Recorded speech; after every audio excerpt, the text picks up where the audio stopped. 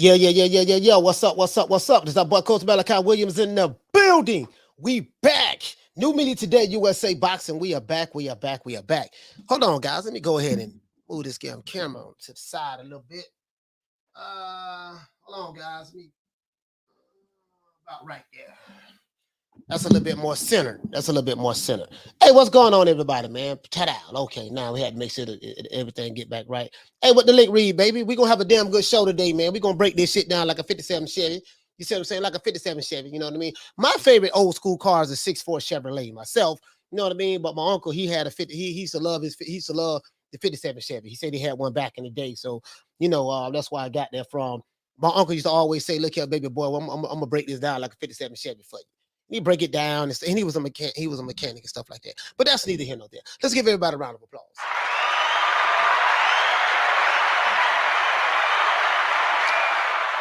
Yeah, man. Yeah. Shout out to the fight doctor. The fight doctor from the Shy in the building. Shout out to the fight doctor, man. The fight doctor is here, man. Salute to him, man. Hey, man. Look here, man. I got something I really want to address, man. Looking at some videos. It's some things that I've said that was very obvious that I'm gonna address what some of the videos that I saw as it relates to this subject matter. And I looked at that fight again because I have the zone. I bought the fight. So I looked at the Canelo fight again.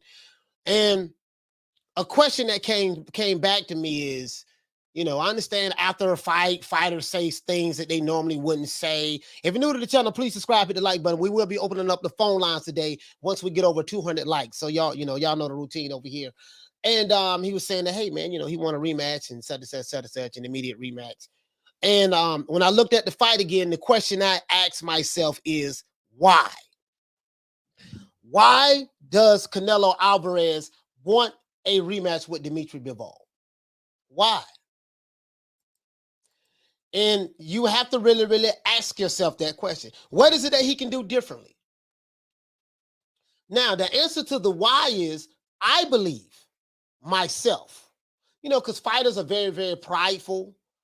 Fighters are very prideful. Fighters have big egos. In his ego, hey, Cinco de Mayo. When I walked into the ring, before I walked into the ring, I stood on the podium. They elevated me up in the air. You know what I mean? The fireworks was firing off. I waved at all the fans. The event was a sold-out event. I had the mariachi band in the background. They was playing, doing their thing. Canelo walking to the ring. He looked very relaxed, very happy. I go back to what I said before as it relates to the zone and Eddie Hearn, Matchroom, whatever. It was a foregone conclusion they was going to beat Dmitry Bivol. And I broke down to you guys what is a matchmaker. And from what I've learned, from what I'm hearing that the guy who does Canelo's matchmaking is Eddie Reynoso. I don't know what in the hell Eddie Reynoso saw in Dmitry Bivol to where he picked this guy for Canelo to fight. Because Canelo don't pick his own fights. It's Eddie Reynoso, I think. And I did see that Eddie Reynoso was a little upset. Why? Listen, the only person he should be upset with is himself. Because you the one picked this guy for Canelo to fight. And I'm seeing online, I'm seeing some Canelo fans are saying that, hey, man, maybe that weight 175 is too heavy for Canelo. He looked kind of slow. He got gas. Yeah, but those same guys, you wasn't saying that when he moved up to light heavyweight and beat Sergey Kovalev. So we can't use the weight as an excuse because if he would have beat Dmitry Bivol, you guys would have given him the praise that you gave him when he beat Sergey Kovalev. Fact of the matter is, when I looked at this fight again, I said, you know what? I saw several times in this fight where Dmitry Bivol took the gas off of Canelo. And he could have got Canelo ass out of there. Made the referee jump right in it. Because he was that tired. I went back and looked at it again, especially in the 12th round. The 12th round,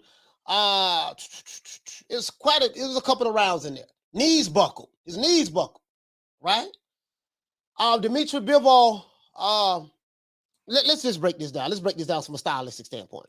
Now, should Canelo Alvarez rematch Dmitry Bivol is the question that I have today. Now, this was a fight that a lot of people thought Canelo Alvarez would win easily. When I say a lot of people, I mean people who do not know much about the sport of boxing, and I mean people who did not know much about who Dmitry Bivol was. They got caught up in the hype. They got caught up in the hype. And I get it, I understand. This is Canelo. He's the face of boxing.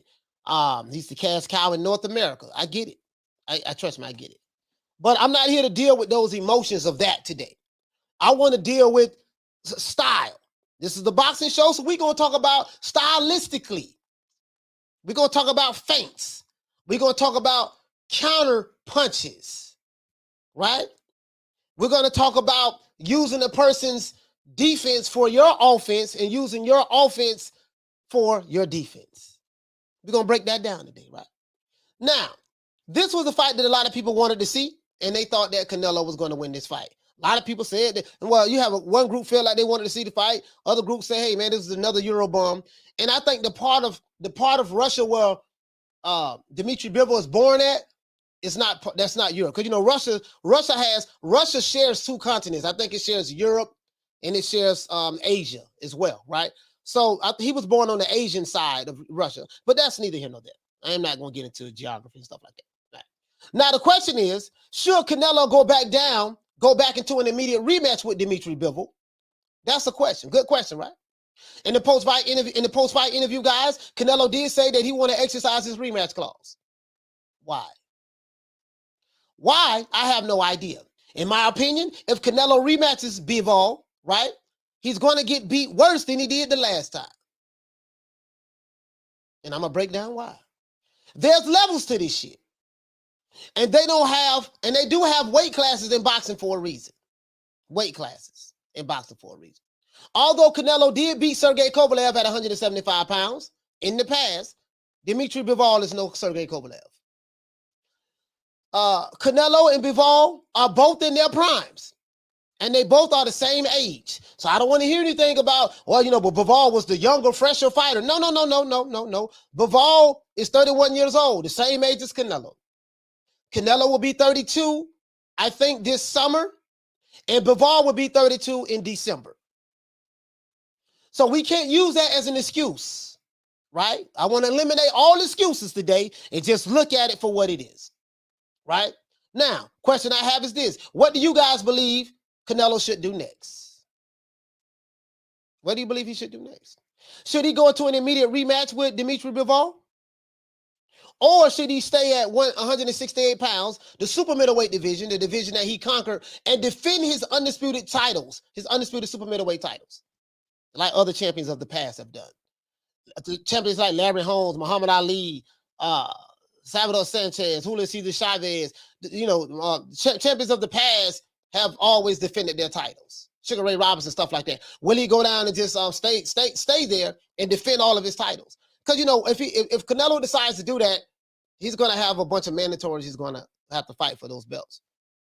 I am of the opinion that 175 pounds is not the weight division for you. Now, you can fight somebody at 175 as long as you have really good matchmaking. A matchmaker's job is to match the fighter up with a good enough opponent that would be good enough to sell the fight. The promoter's job is to promote the matchup and sell it as though, hey, this is our cash cow. This is our guy right here. He's going to fight this other guy, and they hype this other guy up. The only problem is, if you get the matchmaking wrong, you come out with the results that we have with last Saturday. Now, I don't know what was going on in the background with what the dude named Dmitry Bivol when he said that, hey, man, Eddie, man, I'm sorry, man, for messing up your plans for Triple G. Now, one guy said, oh, he was just being sarcastic. How do you know? I don't think he was being sarcastic. I think he was dead ass serious. That's an interpretation of the individual. But even if he said it sarcastically, there is some truth to that sarcasm. I.e., the judges' scorecards. They had Canelo winning the first 4 rounds. 2 of those 4 rounds, he landed a total of 10 punches.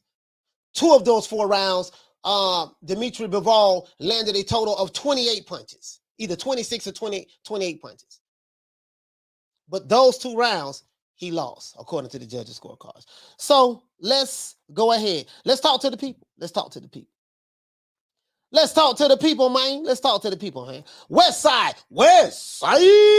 throwing up the W. And you know, old school listening to Ice Cube and Dub C and Mac 10 back in the day. So when you hear me say that, that's where I got that from. West Side, what to say, fam? You say West Side say clean house at 168. True. Yeah, I agree with that. Just go back down, and I agree with that. But let's break this down stylistically, though. Let's break this down. I'm gonna talk to the people, then we're gonna break it down. Jam AM said Bivol avoid select black fighters. Okay. This is so. I don't know if you're being sarcastic, but I'm gonna give you a pass on that. Because you're probably being sarcastic. Because I can body that very easily. Very easily. Oh, we got one of my trolls in here. Pack Road, I haven't seen you in a long time. One of my old trolls. You still subscribed, huh? Okay. Nice to see you, sir. Let's see. Max Estrada, he said Canelo had no jab, didn't throw body shots. No, he threw body shots. I disagree with the body shots. He say in lacking head movement, gassed himself, throwing useless power punches that were not landing. Okay. Hey, say that point. I'm gonna show you something. Say that point. I'm gonna show you how spot on you're on with with pretty much 90% of what you said. I agree with 90%. So I pretty much agree with you. But I'm gonna show you something. The Axiom. He said Mokabu would have killed Canelo. Yeah, good possibility. He say Bivol don't want none of that Charlo smoke. Yeah, this dude here is just trolling. At this point. Bivol is a light heavyweight. Charlo is a middleweight. So how? I'm not even going to take that shit. This dude here just looking for attention. You will not get any more attention from me, sir. You talking stupid. Shout out to he says I might change my mind. We need Canelo versus Usyk. Let the man dare to be great. Hey, listen. Yeah. Listen, bro, listen. If he want to dare to be great, dare to be great. If he want to go back into a rematch and fight Dmitry Bivol, go back and fight him. Matter of fact, while he's there, fight Joe Smith Jr. and fight Beterbiev. Fight all of them if that's what he wants to do. Don't make me know, never mind. If that's what he want to do, so be it. I tell you what, I can tell you what the outcome is going to be before he steps in the ring, and I'm willing to bet that you won't find anyone, even the most diehard Canelo fans, will bet money on him in a rematch against Dmitry Bivol, because doubt has set in. Now. But we finna break this down stylistically. I'm finna tell you why. This is the boxing show, so we're gonna talk about the styles. As a matter of fact, before I say something, let me go ahead and share with you this. And I totally agree. And I totally agree with this. What I'm going to share with you now, guys, is a little short video that Mike Tyson did. Mike Tyson broke down what I said when we was watching the fights. Remember when we was watching the fights? And I said, look here, man, Canelo just walking in there. He's not using his jab. He's not using his jab. He's just walking on in there. Where the jab at? The first thing you learn in the sport of boxing, from an offensive standpoint, they teach you what? How to throw that jab. Some of the best fighters in the world throughout history, they had really good jabs. Even the short fighters who fought taller fighters, they understood that they just couldn't walk in there. They had the jab they were in. And they threw the jab from different angles. They threw the jab from different angles. You see what I'm saying? Different degrees, stuff like that. 90 degree, you know what I mean? Well, not 90 degree angles, but you get what I'm saying. They threw the jab at different angles, up and down, the middle of the sotoplex. They hit him in the chest. You know what I mean? They jab to the head. You know what I mean? Some of the greatest boxers in the world, they always use the jab. My favorite fighter with jab was Larry Holmes. Larry Holmes had a monster jab. Larry Holmes would beat your ass with a jab for 12 rounds, just because he could. Literally. You see what I'm saying? So Larry Holmes, and he was athletic with it as well. Light on his feet, bap, He know how to drop that jab. Mark really had a good jab too, but when I think of jabs, I always think of Larry Holmes. Sonny Liston as well, but I always think of Larry Holmes because he was, I guess, probably because he's one of my favorites. But let's hear what Iron Mike had to say. Iron Mike, this is Iron Mike Tyson right here. Iron Mike Tyson right here. This Iron Mike Tyson, this is Fight Hype. Shout out, I do not own the rights to this materials for educational purposes only. Let's go right here. So let's start right here. Let's go. Mike, what you got to say, Mike? I think if Canelo was using the jab effectively, hard, the guy wouldn't have been able to come in because the guy was coming in because he wasn't worried about Canelo's jab. So he got more aggressive and he got brave. If he's not jabbing, he has no defense. If he's not going to jab, the guy's going to walk right in on him like he did. Next fight, use your jab, different fight. So it was really basic, you know.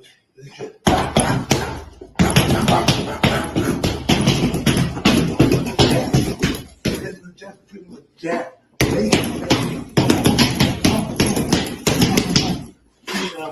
When he was jabbing, Canelo should be moving, flipping the jab for the final uppercut. Before he can anticipate the combination. If he was flipping the jab, the guy wouldn't throw the combination. If Canelo would have used his jab, I was discussing with my wife, he's not using his jab. And then the next round, I saw him using his jab some, so his corner must have been telling him the same thing. And I believe if he used his jab, it would have been a different fight. Now, let's stop right there. Now, the question I want to ask the chat, does Mike Tyson have a valid point? Let's see what you guys got to say. And I'm asking this to Canelo Alvarez fans. If you're a Canelo Alvarez fans who love Canelo Alvarez, if you just saw this video, does Mike Tyson have a point? Well, forget that. Just anybody in the chat. Does Mike Tyson have a point? Shout out to Brandon. He says, I love how solid Mike throws every punch.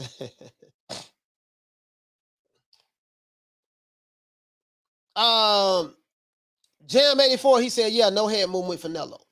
Max Estrada said, yes, valid point. Cool Burr Curry says, yeah, valid for sure. The Fight Doctor, my brother from the side, he say Mike is 100% on point. Yes, sir. Yeah. Let's see. SP, he says Bivol studied Canelo. Okay. All right. Pugilism said Bivol's spin cycle was on. Extended guard at mid-range, tight shell on the inside, lead hand control to use his motion, sensors to all. As a matter of fact, I'm gonna show you something else. I'm gonna show you something else. Yeah, the troll that's here, I'm not even gonna respond to you. You talking crazy. You talking crazy.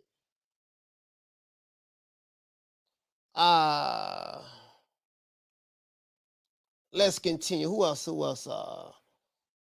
here? I want to ignore the trolls today.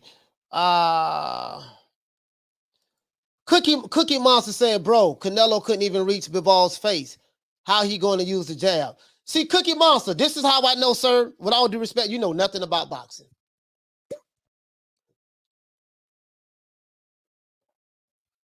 Cookie Monster said Canelo could not even hit Bivol's face. How is he going to use the jab?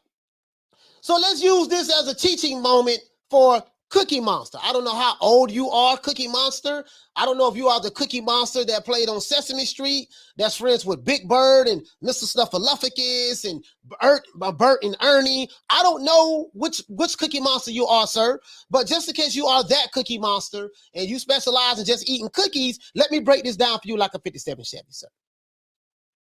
When you are a shorter fighter and you're fighting a taller fighter, the most effective weapon that you can use to get on the inside outside of your footwork is even if you have good footwork, you're going to have to jab your way in. Now, does throwing the jab meaning when I throw my jab, I'm going to hit him in the face? No, it doesn't mean that, sir. When you throw your jab, does it mean I'm going to hit him in the body? No, it really doesn't mean that, sir. What it means is you throw the jab as a distraction while you're moving in closer on your target.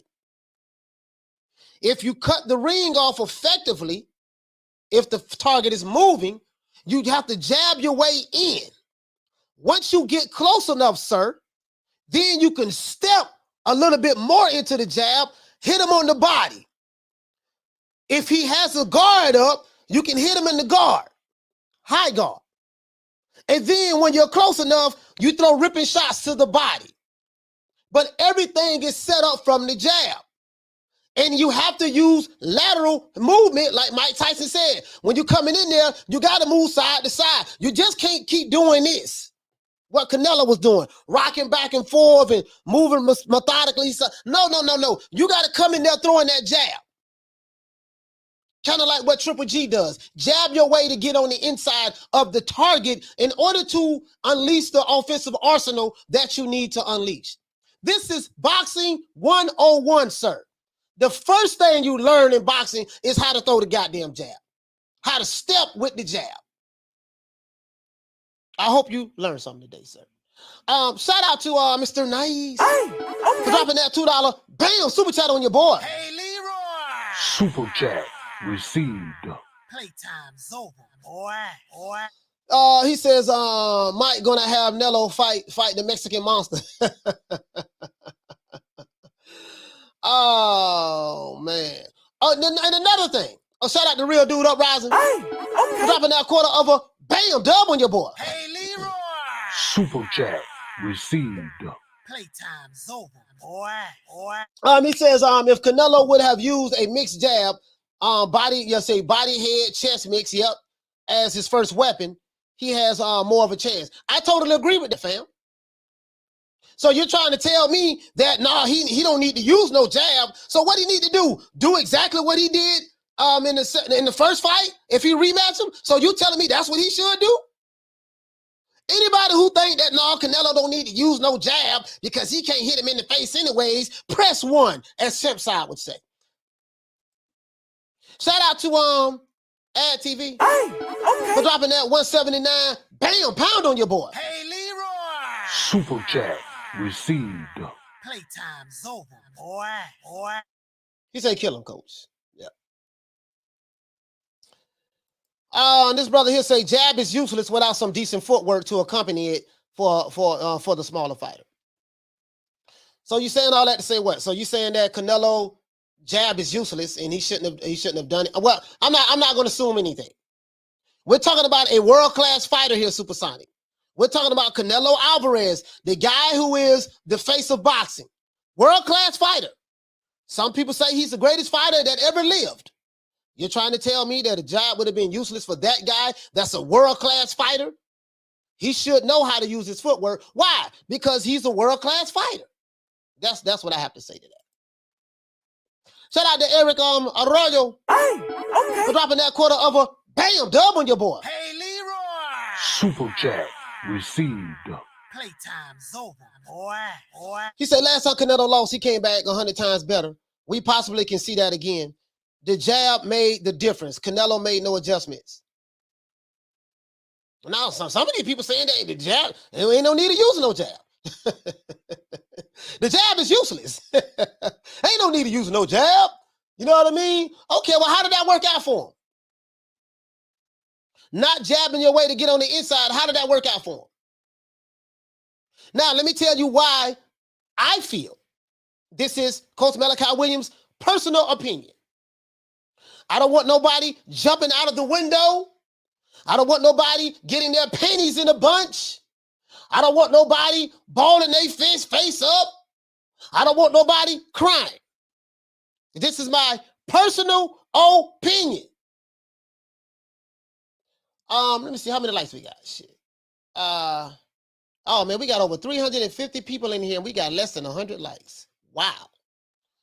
Phone lines. If anybody want to call in, we got to get these likes up to over 300. That's the only way this phone line's open. Other than that, I'm just going to talk.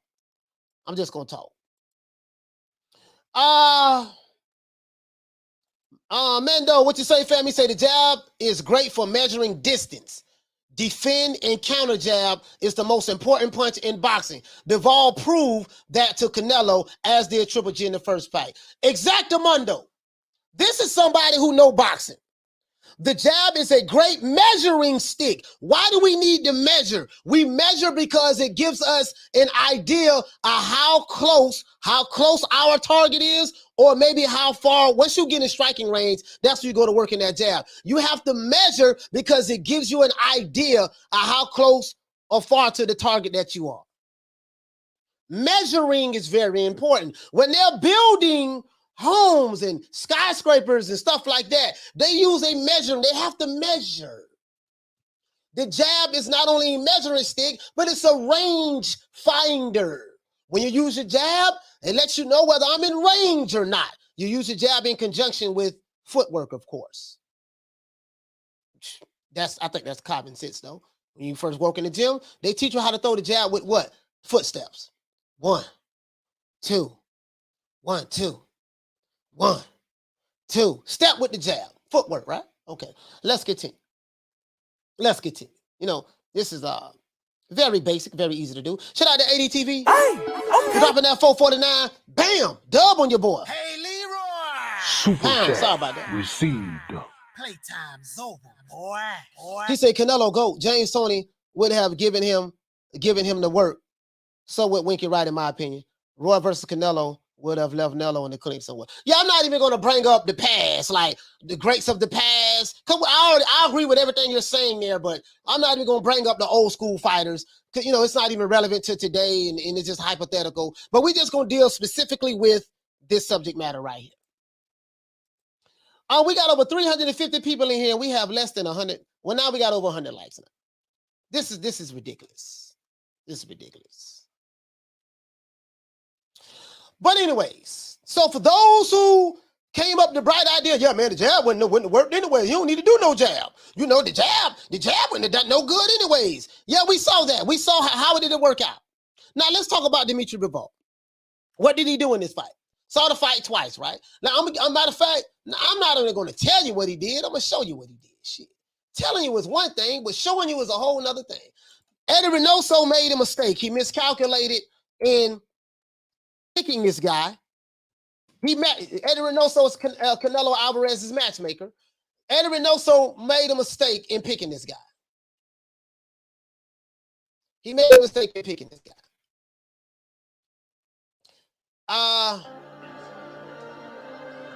Wait. Oh, this is the zone. I can't show this.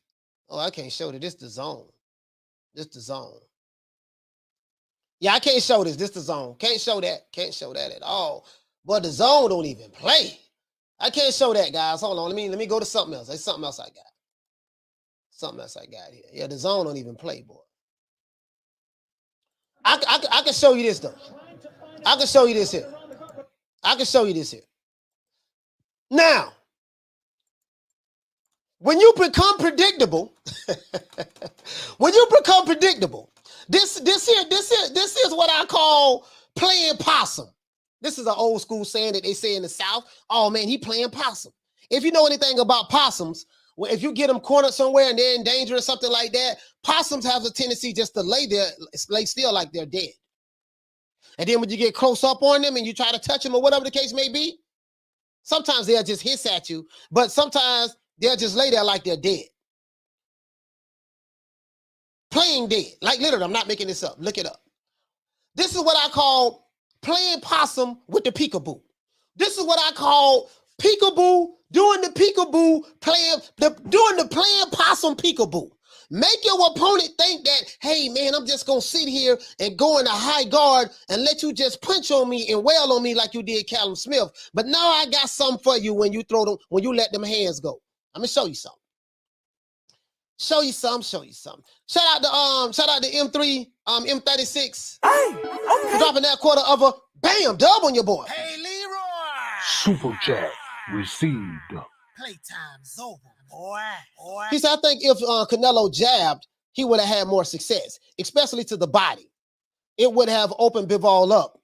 He also needs to let his hands go. Okay. All right.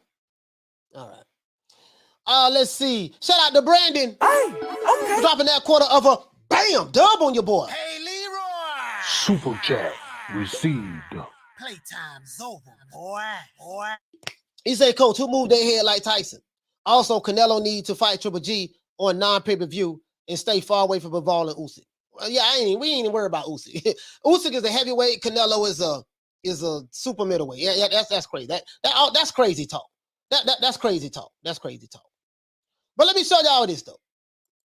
Let me show y'all this. As I said before, you jab to get your way in there. Canelo has used his jabs before. If you look at previous fights, Canelo has a nice jab when he throws it. He has used his jabs before in the past. It's not like he's just this lazy, come forward, fall in love with my power. Once I get in, see. This is the type of fighter that Canelo has become. When he fought Caleb Plant, he was using his jab. When he fought Caleb Plant, when he was using his jab. So now, when you fall in love with your power, you have a tendency to, I'm going to just walk right in there, high guard peekaboo. A lot of dudes, they do the high guard peekaboo and walk forward because they don't want to do all the lateral movement. They don't want to do too much work. And they're looking to counter you out of the high guard. So this is why you see a fighter like this here, he's looking directly at you. And as soon as you flinch, now Canelo does it like this. So as soon as you flinch and throw the punch or whatever the case may be, he may catch it with his hand, block it, and then he fires right back. What Dmitry Bivol did, he played possum. He set a trap for Canelo. This is the trap I'm talking about. And because by Canelo not working his jab to get in, now, would he would have got countered off the jab? Yeah, he would have got countered off the jab, but you still just don't abandon the jab. And if you mix it up, throw the jab from different angles, and like Mike Tyson said, rock side to side with it, and just have a little footwork once you get on the inside. Chocolatito is a perfect example. But I'm going to show you something what Bivol was doing. Right here, as you can see, Dmitry Bivol is in the high guard. His back is up against the ropes. Canelo is thinking, I got this puto right where I want him at now. I got you, puto. Yeah, I got you right now, SA. Right now, you backing up against the ropes. I'm going to do to you what I did to Callum Smith. I'm going to wail on this left arm right here, get you to drop your hand, and then that's going to allow me to go ahead and come with uppercuts up the middle and do all the stuff that I like to normally do. Dmitry Bivol knows this. Watch this trap that he set for Canelo, though. Watch this. He knows this. I want to show you this. Watch this. Canelo's coming in. Watch what he does. Bap! And what they didn't show, he threw a two-piece. Arm. Bap! Canelo didn't even see it. Look at Canelo's face. It's called the catch and shoot. I'm going to catch your punch with my shoulder, come right back. Bap! Canelo saw it. He saw it when it was too late. Now, what you didn't see is right here. He catch him right there. Canelo was looking at that punch. Look where his hand is at. You see how open his arm is? He realized, goddamn, I done fucked up. What they didn't show in this clip, Dmitry Bivol comes with the 1-2. Hit him right there. And then he's coming back with the 1-2. And he's looking directly at Canelo. He caught him clean. He was doing that the whole night long. He caught him clean. And then he came back with the right hand. We're going to show that one more again. Now this is called rope-a-dope, playing possum on the rope-a-dope.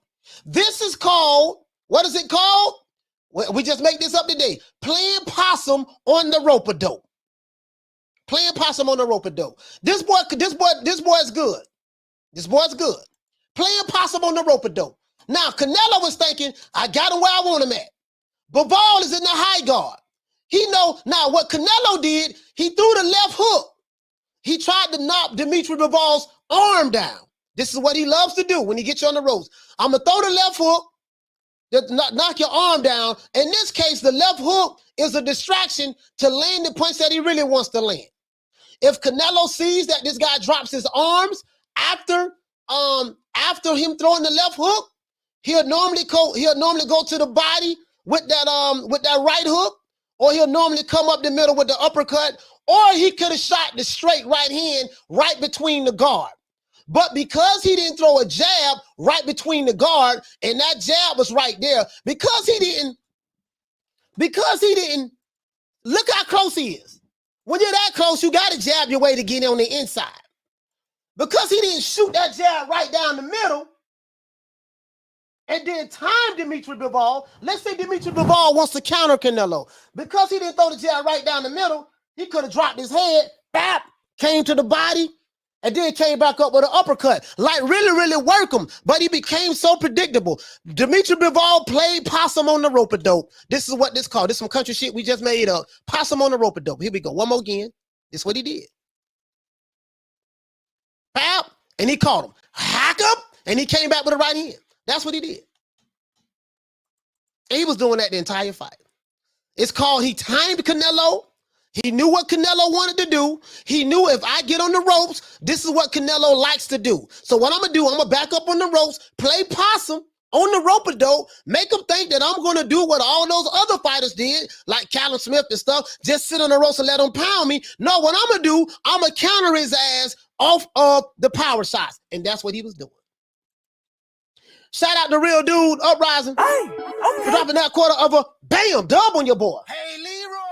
Super chat received. Playtime's over, boy. He said if Bivol would have got low on those shots against the high guard, he'd had Canelo drunk because the trap counter was working tough. Yeah, the trap counter was working real tough. I totally agree with that, Real Dude. The trap counter was working real tough. And then I'm gonna show you what else happens. As the fight went on, Canelo got tired. So as Canelo got tired because he was loading up on those power shots, Dmitry Bivol, I'm going to be honest with you, Dmitry Bivol could have stepped up the gas on Canelo. Now we finna up this tempo up a little bit now. Baby boy, that's all you got? No, what we going to do, we going to up this tempo up. We're going to up this tempo up a little bit more now. If you're new to the channel, please subscribe, hit the like button. We got over 460 people in here, and we have less than 200 likes. This is ridiculous. This is ridiculous. We have over 460 people in here, and we have less than 200 likes. This is ridiculous. This is, as Blue Blood Sports TV people say, this is unacceptable, people. This is unacceptable. Come on, man. Y'all tighten up on your backstroke, man. I want to open up the phone lines. If you want to talk to the old boy, we need those likes up. So Canelo can make this fight a little different if he rematches Bivol. Work his jab a little bit more. But there's going to be a problem. Now, for those who are optimistic, they say, yeah, man, Canelo going to rematch, make the adjustments, and it's going to be a different fight. And he going to be better in the second fight. Okay, I can go for that. But guess what? Dmitry Bivol is going to be better in the second fight as well. He's going to look at this tape, and he's going to see one thing that's glaring. You know, man, this boy Canelo, he fighting spots. This boy Canelo, he get tired in fights. This boy Canelo, he get kind of winded. This boy Canelo got slow feet. He ain't gonna turn it to no whole different fighter overnight. He is who he is. You are who you are. He's not gonna turn into no goddamn Sugar Ray Leonard overnight. He ain't gonna turn into no Salvador Sanchez. He gonna do what he do best. Close the distance, land power shots to open me up, and systematically break me down. This is how Canelo fights. What he does is, when he comes in the ring, when he work, he put the high guard up like this. He'll rock side to side, try to lull you to sleep, and then he explode, put his weight in those punches when he gets close. Triple G does it a little different. Triple G works his jab to get on the inside, and Canelo can work his jab to get on the inside. The problem is when you're throwing those power shots, like I said before, when you're fighting those guys in the how heavier divisions, they can eat your shots. You see what I'm saying? And what happens when the game plan doesn't work, when we're going to walk him down and I'm going to wear him down with power shots?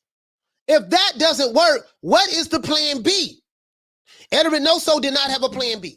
As a matter of fact, I will go as far to say, Eddie Reynoso, sir, you made a terrible mistake in picking this fight from a matchmaking standpoint. Stylistically, this fight was all wrong for you. I think you realize that right now.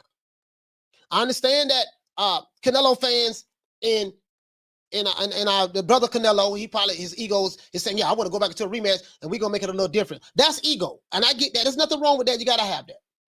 But from what I see, I think in the rematch, Dmitry Bivol, he's gonna fight, he's gonna pick up the tempo. It's gonna be similar to what I saw with when Andre Ward fought Sergey Kovalev. He's gonna pick up from where he left off at in the 12th round. He's gonna say, you know what, man, this dude, I tasted his power. He caught me clean with an uppercut a couple times in the fight. I ate that shit. My counters is killing him. My lateral movement is killing him. He gasses out. He gets tired. If I would have just picked the pace up on him a little bit more, I probably could have stopped his ass. I can show you several times in this fight where Canelo was, and then he leaned on the ropes and he was telling Bivol, come on, come to the ropes, come to the ropes. Ali used to do that when he used to get tired. His legs is gone.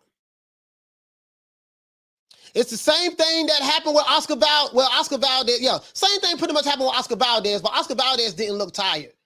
Oscar Valdez didn't really look tired, but I'm saying the end result. So, stylistically, this fight is all wrong for Canelo because you can't break Bivol down.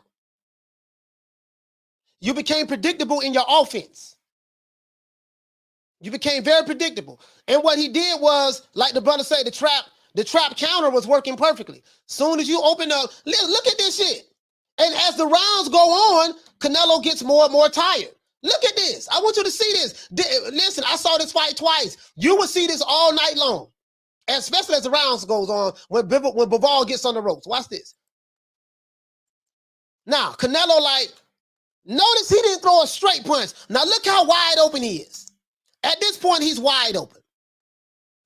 Bivol is embracing what he knows what's coming.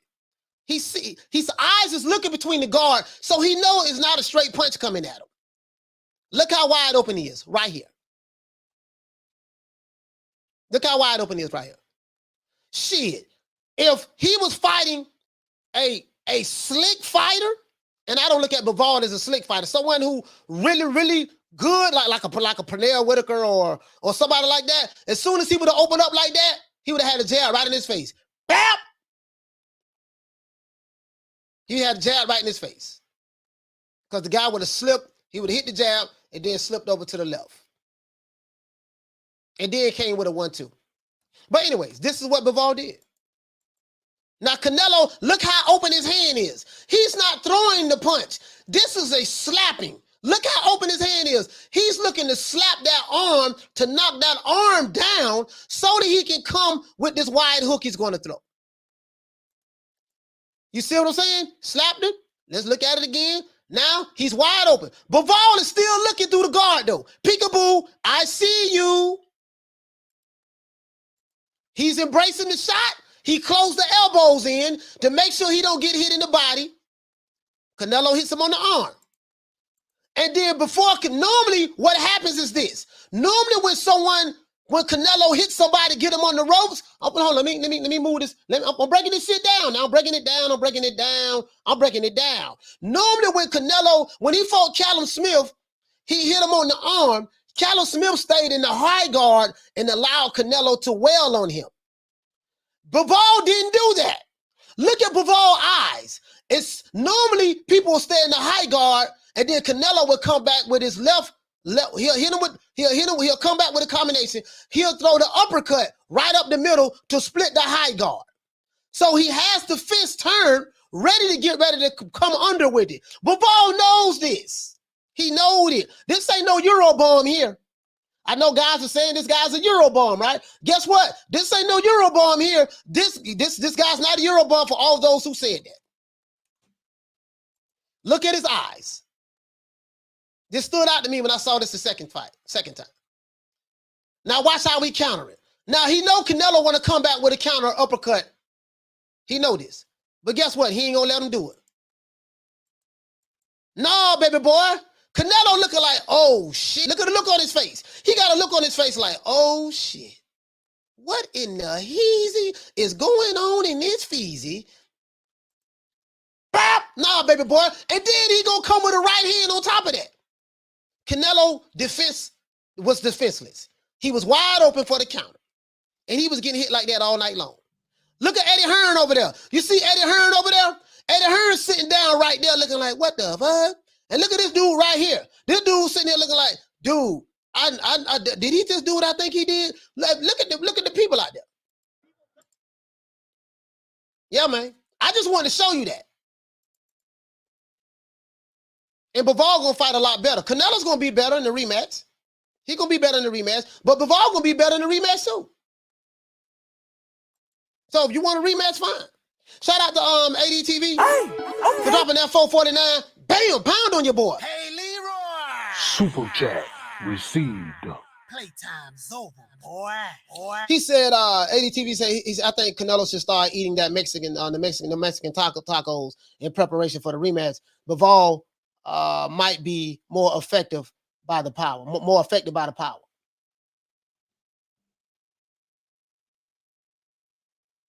I just broke it down, dog.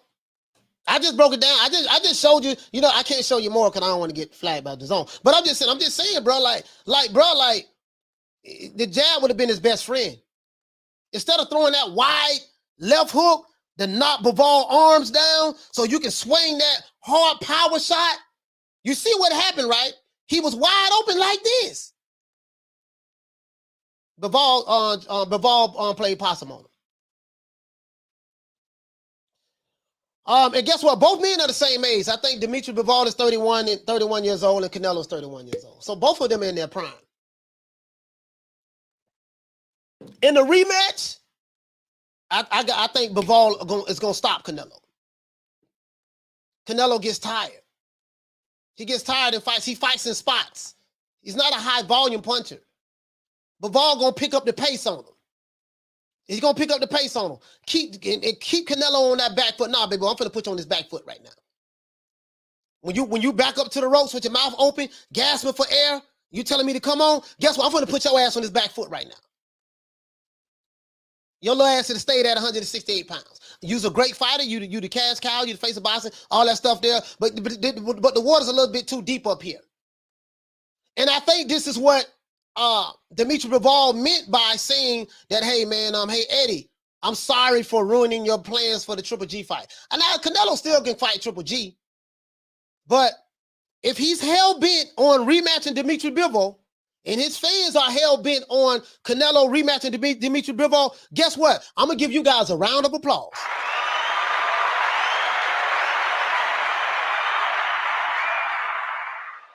I'm going to give you a round of applause, and I'm going to wish you good luck. You're going to see a different Dmitry Bivol in the second fight. Especially Dmitry Bivol, and I'm going to tell you why you're going to see a different Dmitry Bivol. He automatically know he can outbox Canelo. He automatically know what Canelo wants to do from a power standpoint, how he sets his shots up, how he, as the rounds get on, he does go down, go along, how he fights in spots, he does get a little tired and winded. Bivol is going to say, hey, look, as soon as I see his ass get tired and winded, I'm pressing him. And I'm just throwing jabs, just the jab. Bap, bap. Just keep collecting points on the jab. Just keep collecting points on the jab. And these are hard shots coming from a light heavyweight. Eventually, as the fight go on, I'm going to wear him down. And fatigue, and that's a great custom motto says, fatigue make cowards out of all of us. I don't care how great a fighter you are. You could be the best fighter in the world. If your ass get tired, guess what? That shit don't mean nothing. And you saw that. When a fighter gets tired, all that form, all that technique, all that greatness go out the window. The guy who has the strongest gas tank with the skills is going to be the guy who may have skills just like him, but is dead tired. Eddie Reynoso, I don't know what happened to you, sir. But you're going to have to show your fighters how to make adjustments. You're going to have to show your fighters how to make adjustments. You can't be so predictable with your game plan. You picked the wrong guy. Shout out to Ronaldo Evans for dropping that. Bam, dub on your boy. Hey, Leroy. Cash out. Super chat received. Playtime's over, boy. Hey, man, I just broke it down for you, dog. This ain't no hate. This ain't no shade. I just broke this, and we need 23 more likes for me to open up the phone line. 27 likes. 27 likes. I want 300 today. Since we got over 500, we have over 500 in the house. I need 300 likes for me to open up these phone lines. That's what I need. This ain't no hate. This ain't no shade. I'm just breaking it down, and I showed it to you.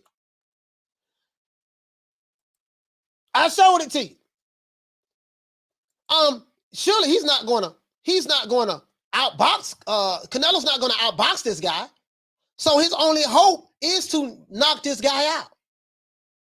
I can't say that's his only hope because the judges had him winning the first 4 rounds.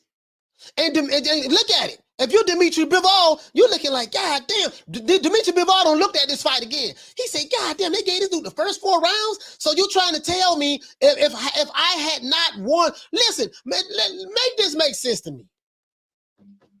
Oh, Lord have mercy, make this make sense to me. To this day. Lord have mercy. Please, somebody talk to me. What? I say, please, somebody talk to me. What? I say, please, somebody talk to me. Yeah. If I'm Dmitry Bivol, I'm like, man, how in the hell he was up 4 rounds to 0? You landed 5 punches in the first round, and I landed 14 punches. You landed 5 punches in the 4th round, and I landed 14 punches. I landed 28 punches out of the 2 rounds that they gave you. You only landed 10, and they got me, and they had me losing that round, those rounds. So if I'm Dmitry Bivol, I'm like, look here, baby boy. They tried to get you, dog. You can't be content with just outboxing this dude. You had him hurt a couple of times in the fight. You're going to have to drop this dude or stop this dude. He's a little man. You need to beat him like he's a little man. You gave him too much respect. You took his uppercut. He caught you with a clean uppercut when he was on the ropes one time. I ain't gonna lie. Bivol ate that uppercut like a G. He ate it and rolled off the ropes. Not even gonna lie. Not even gonna lie. Shout out to Real Dude. Hey, okay. For dropping that quarter of a bam dub on your boy. Hey, Leroy. Super chat received. Playtime's over, boy. He said the change up is real. The comic book Canelo fans are silent and ready to jump ship, but say Canelo don't need a jab next fight. This is crazy. Like anyone who's saying that Canelo, it don't make no sense to throw no jab. What you gonna throw a jab for? Do you know how dumb that sound? How can you be a fan of boxing and leave a comment like that? Oh my God. Like, you get what I'm saying? I'm saying what you say, fam. He say arm shots don't win fights. No, sir. Arm shots do not win fights. We got the lights. Phone lines is open. Phone lines is open. 530-494-9636. Call me now. Call the old boy. Phone lines is open. I want to hear from you. Do you guys agree with my analysis? If Canelo team and they want to fight this guy again, go into immediate rematch. If you like it, I love it. Go back into immediate rematch. But I got a prediction. You might not like it. You might not like it. Because just like you feel that Canelo's going to be better, Bivol going to be better as well. He's going to be better. He's going to be better. And we are creatures of habit. Canelo's not going to turn into some new fighter. He need to make some tweaks, though. He need to move his head a lot more, like Mike Tyson said. Don't keep your head on the beeline. Don't come with the high guard. Because, see, that high guard shit didn't work with him. That high guard shit didn't work with that boy from Russia. Yeah, that high guard shit, it worked with Caleb Plant and Callum Smith and all them other dudes. That shit ain't gonna work with me, because I'm gonna counter your ass off of the listen, I'm gonna counter your ass off that. As soon as you open, I'm gonna show you guys this again.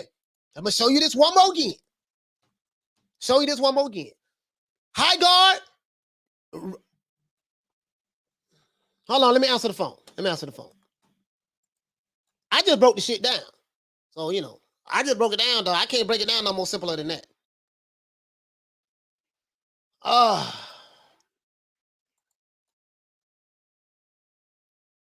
on. Hold on, guys. Caller, what's your name? Where you calling from? Hey, Coach, can you hear me? Yes, sir, I can hear you well. This is Dem Games from Las Vegas. How you doing? Fine. What you say? Oh, them games? Them games from Las Vegas, Yeah, man. yeah, them games from Las Vegas. Talk to me, fam.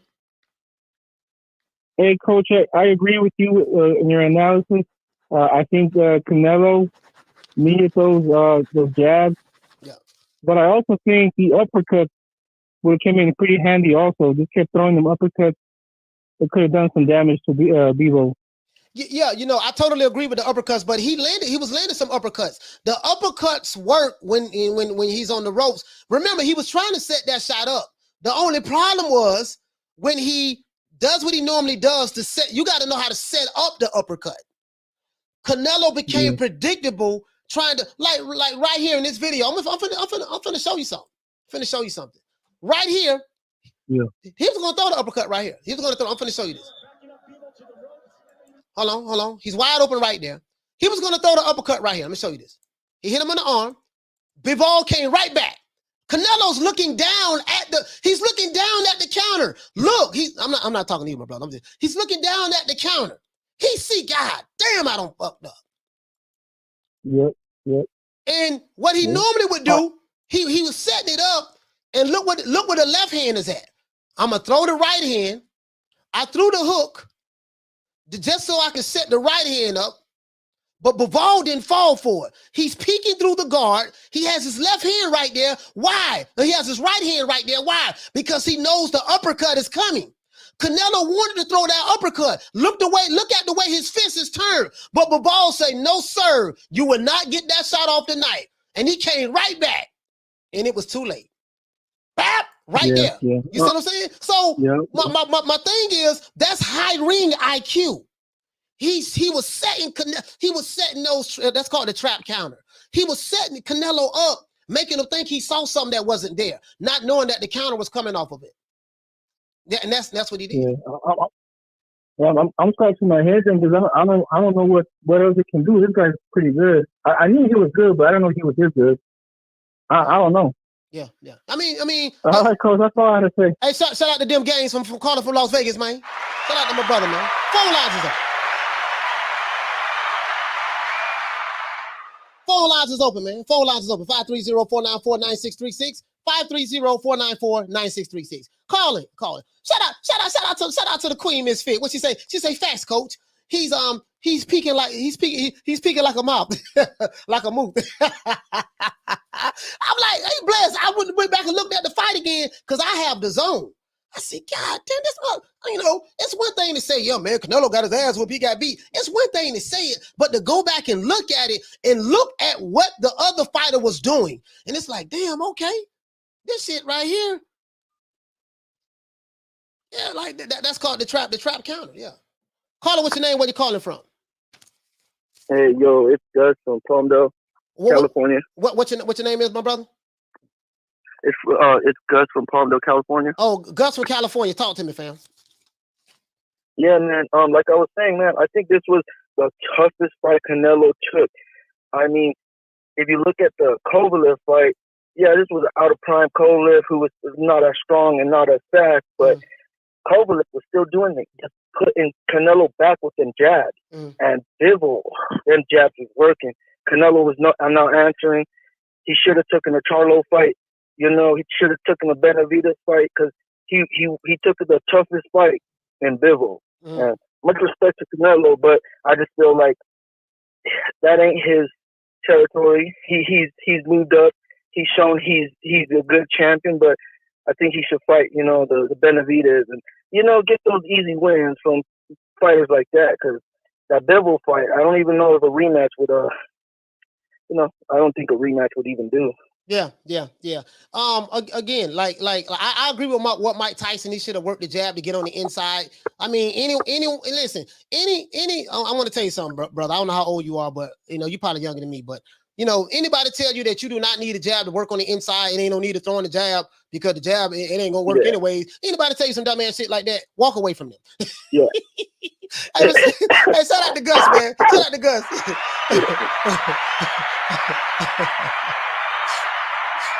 Yeah, walk away from him. Yeah, somebody. Oh yeah, let me go to get the hell away from you. But you finna get my ass whooped. I did that shit last time and got my ass whooped. Shit. Oh, so you telling me to do the exact same thing? Don't use no jab? You know, like I didn't use the jab last time? Oh, okay, all right, yeah. Okay, all right, yeah. Okay, so what this is my suggestion. What Eddie Reynoso needs to do, if he's serious about this, this is my suggestion. First of all, I don't agree with the matchmaker picking Canelo to matching Canelo up with Dmitry Bivol. I don't know what they was thinking about, but I think I have an idea, and I'm gonna tell you. Caller, what's your name? Where you calling from? You know, it's Chris. What's going on, bro? Yeah, what's your name is, my brother? Chris from Sacramento. Chris from Sacktown. Talk to me, fam. Yeah. First, I don't know what, bro, before talking about the 168 fight's gonna be easy, but I was lost on Bivol. I wasn't expecting him to do what he did. So I'll take that L to the chin. He's a much nicer boxer than I expected. But isn't he like the same height as Charlo? Isn't Benavidez taller than him? He's the same size, so he's pretty much the same size as all of them. Yeah, Bivol So is like 6'1". If they got in the ring, he's like 6'1". Yeah. So on fight night, they probably all coming in same weight. Maybe Bivol a little bit heavier, but they all pretty much come in the same weight. Yeah. So why do people say if he goes down to 168, something else is going to happen? Not saying Canelo won't knock one of their asses out, because he will. But I don't see the difference. All I see is 3 skill fighters. The only difference is Charlo's hand speed and footwork is going to do a lot to Canelo. And Benavidez is his best bet. It sounds crazy, but Benavidez stands right there. So he's going to get that shot off that he wants to get off with Benavidez. Yeah, he will. Andrade, you know he's going to get that off. So it's really going to come down to Benavidez's chin. That's the fight I want to see, because that's a 65-45 fight Canelo in my book. Andrade, stay away from. Yeah, too awkward. Yeah, don't nobody want to fight him. Too much size, too much reach. Stay away from Andrade. It ain't got nothing to do with Andrade fighting about people or talking shit or Canelo not being good. It's just when you're coming off a loss, your next 3 fights need to be special. Stay away from Andrade. I think he should go for Benavidez and Charlo. And I don't know what he should do after that. But that Triple G fight is dead. Yeah, I mean, no, I don't think the Triple G. I'll be honest with you, I don't even think the Triple G fight is dead. I'm gonna tell you why. Is because Triple G wants to fight Canelo because that's gonna be a big money fight for him. And you know what? You know what? It's definitely gonna be big money. Hey, check this out. I'm gonna tell you something else, Chris. You probably ain't thought about. As a matter of fact, the Triple G fight and Canelo fight just became that much more interesting because by Canelo coming off a loss. You know, Triple G fans might be like, yeah, he's right for the picking. Yeah. He just lost. Yeah, you're right about you that. see what I'm saying? He just lost. And you know what Triple G gonna do to him because he mad about the first 2 fights. So yeah. So but shout out to Chris. I think that'd be an action. Go ahead, fam. Yeah, you know, one more thing. I'm sorry. Go ahead. That'd be a crazy thing because I was just saying I know 2 fights, but that third fight, that'd be a perfect tune-up. Even though it's not a tune-up, but it'd be a perfect scale to see where Canelo's at. Yeah. With the jab and the footwork and the movement, because Triple G would be a beautiful opponent for that. So you're right. I'll give you that one. I didn't think about that. Shout out to Chris from Sacktown. All right, dog. Come on. Yes, sir. Yeah. I mean, hell, because some boxing fans, and some boxing fans are certain fighters like Charlo fans, David Benavidez fans, even Caleb Plant fans, even Errol Spence fans. Some of those guys are looking at Canelo like food right now.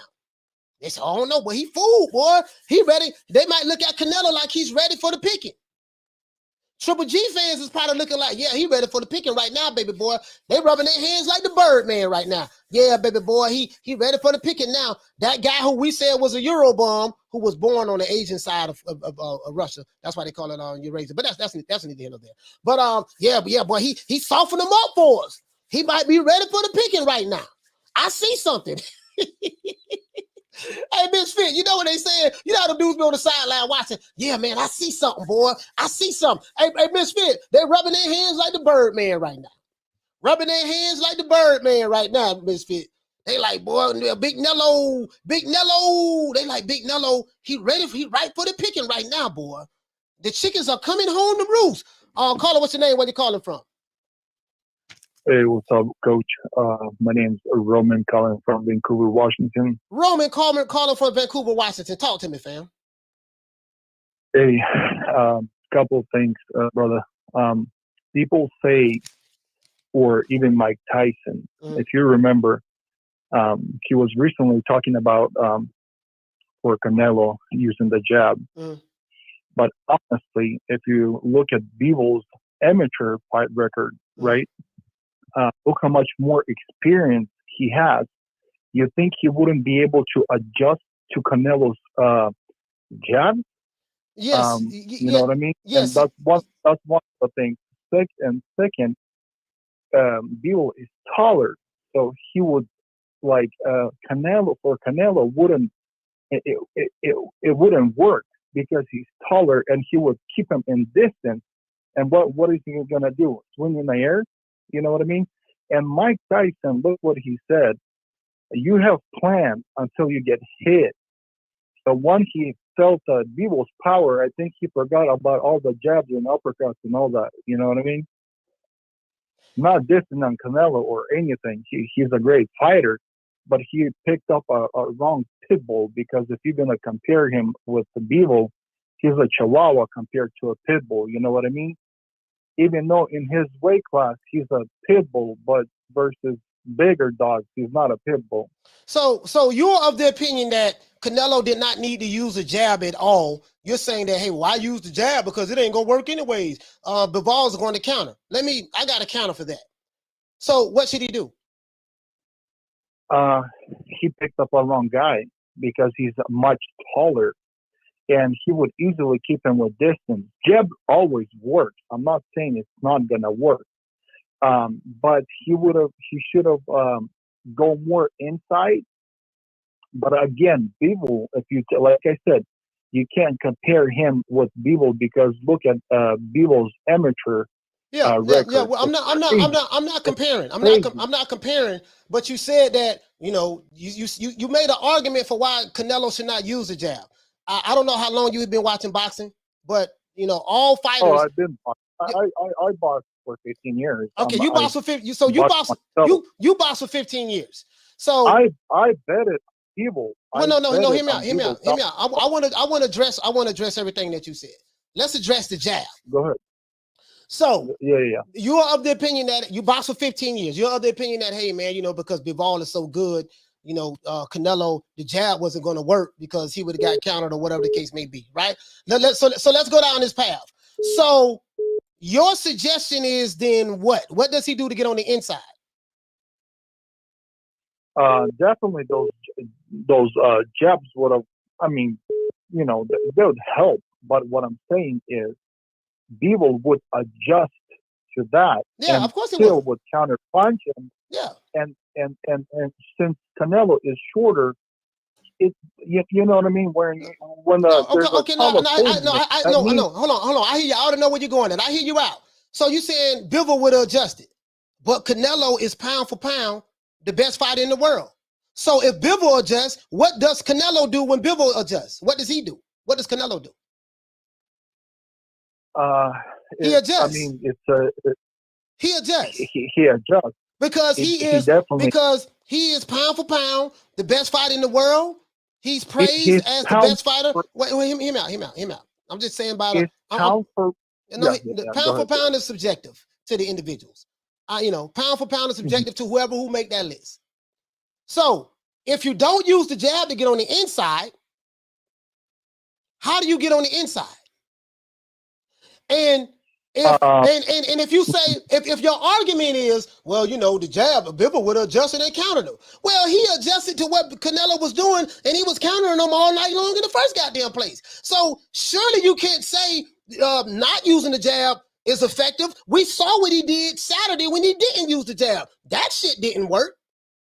So we know what doesn't work. Yeah. So now you're saying that Bivol would have adjusted because he has a hell of an amateur record, but Canelo has more professional experience than him, and he's looked upon as the best fighter in the world. So are you telling me that Dmitry Bivol has a higher ring IQ than Canelo? Is that what you're saying? Correct. So Canelo's pound for pound best in his division. He came into the wrong division. He came to a wrong division. The guy and who can keep the distance. Go ahead. Go ahead. I need you to wrap it up. I need you to wrap it up though, because we got calling in.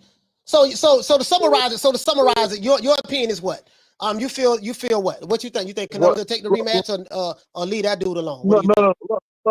Let me finish it up real quick. So what I was trying to say is, the Dmitry is taller guy, so he's gonna use his distance, right? Right. Canelo has fought taller guys before. Canelo, he's fought Callum Smith. He's fought Caleb Plant. He's fought taller guys before. Well, yeah, those are different breeds. You know, those are different breeds. But anyways, in my opinion, I think it would have been better if he would have made Bivol going at him. But Steph use jab and then go in. You see what? Did you watch the fight? I did. Multiple times. Did you see when Canelo was walking backwards and Bivol was walking forward? Landing shots on Canelo? He couldn't do it because he was throwing multiple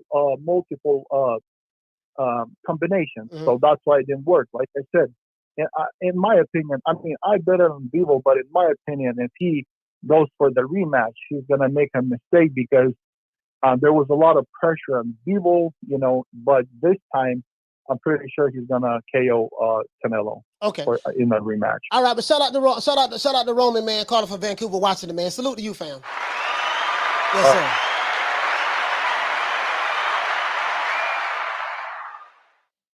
sir. Yeah, I'm just, you know, like for me, like I only boxed 5 years, but I just know that, you know, everything works off the jab. I just anybody that tells me that no one should use it, Canelo shouldn't use the jab, and make an argument for not using the jab to get on the inside.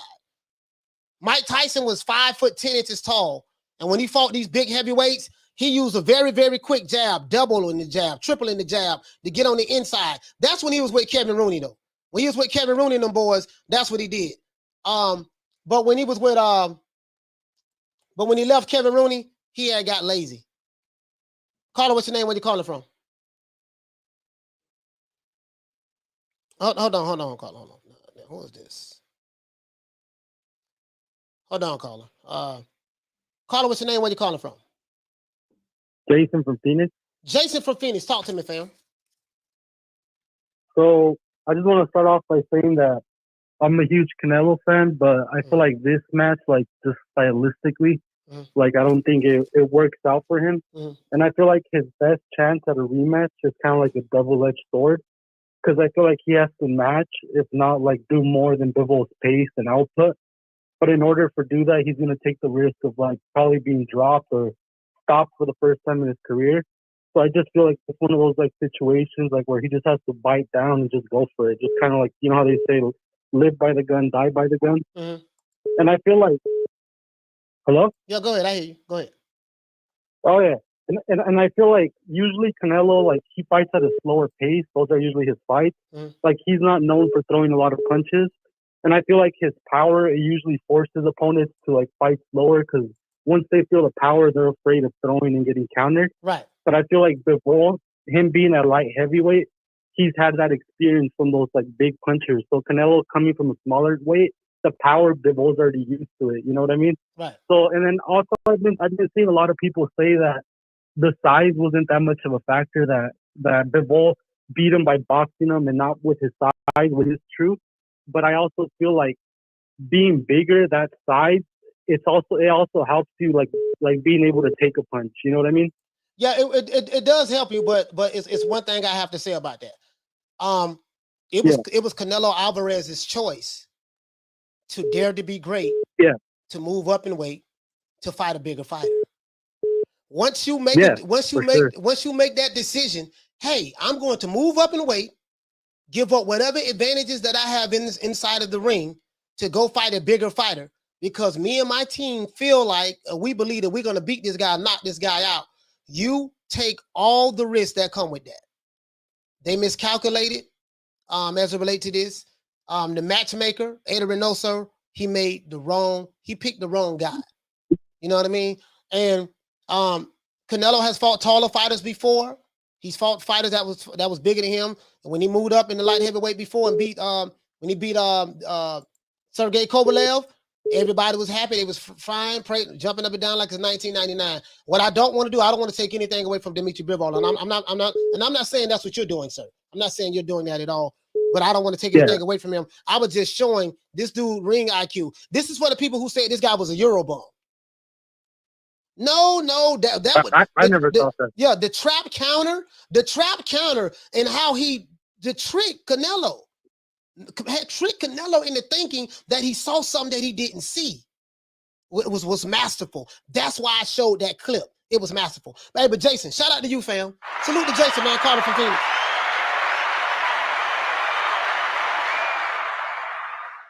Yeah, man. You know, so I think he can come with Canelo can come with a different game plan. I see the same outcome myself. Because you still get tired in fights, and he still break people down. Canelo doesn't break people down with he breaks people down with his power. So I don't see him become a different fighter overnight. I don't see that happening. He can make some minor adjustments, but shout out, Carter, what's your name? Where you calling from? Big Zan.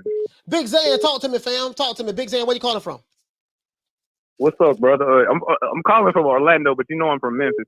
Okay. Big Zan calling from Memphis. Talk to me, fam. Yeah, brother. So it was a good fight this weekend. Just like I was saying, I gave Dmitry like the best shot out of the three people that he was gonna fight. Yeah. That being Triple G, Macaboo, and Bivol, the best chance. Like he said, you already been saying it in the chat. What he was missing is that jab. You know, if you're trying to land a power shot, you got to throw something to throw your opponent off balance. Similar to what he did with Plant, Saunders, and Smith. Yes, sir. But the difference between them guys is Bivol, his discipline is legendary. I mean, every time Canelo got him on them ropes, it wasn't 2 seconds, and he was off of the rope in the back in the middle of the ring and resetting. I ain't never seen no discipline like that all the way from round of 1 to 12 since like days like Hagler and Hearns. Like his discipline is another level. That's one thing I ain't seen so much of. Because you can see Plant, he had established his game plan. And just like I stand by it, I say arguably till he got knocked out, he could have been winning that fight. Plant let his discipline go out the window, and he got caught real quick. Yeah. Bivol, no, he kept resetting over and over again. And overall he's just a bigger guy too. Like you said, Canelo been fighting, you know, taller guys, of course. But Bivol is the biggest he's fought by far. You know, Kovalev was a little taller, but weight wise they're around the same. I mean, light heavyweight. Yeah, that's what he did, man. A light heavyweight is a light heavyweight. You know what I mean? Like, you know, I think Kovalev walk around at like 200 pounds. I mean, he was a big guy. I mean, you see what I'm saying? So the reason, and that's why I don't want to make it seem like that Dmitry Bivol is this special kind of big guy. No, he was big just like those other guys. That they Canelo, were all big guys. That Canelo fought. It's just that this guy, his game plan and skill set was just on a different level. Like he wasn't afraid of the power. He wasn't like, I'm just going to. I just showed on the clip. Normally when Canelo gets people on the ropes, Callum Smith, watch that fight again. He went in the high guard and just sat on the ropes and let Canelo pound on him. Dmitry Bivol did not do that. He did something, old school trick, called the trap counter.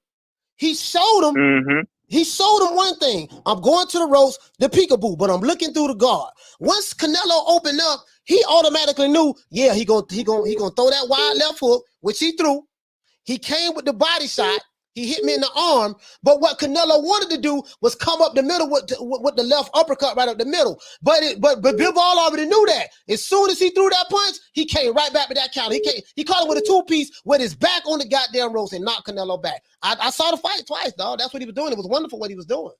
You know what I mean? So Bivol came in that fight. That Euro bomb. So all them dudes who were saying Canelo, Dmitry Bivol was a Euro bomb. He ran from Charlo because and took the easier route. No, it wasn't nothing easy about that. Everybody who said that, bro, I don't know what the hell they were smoking.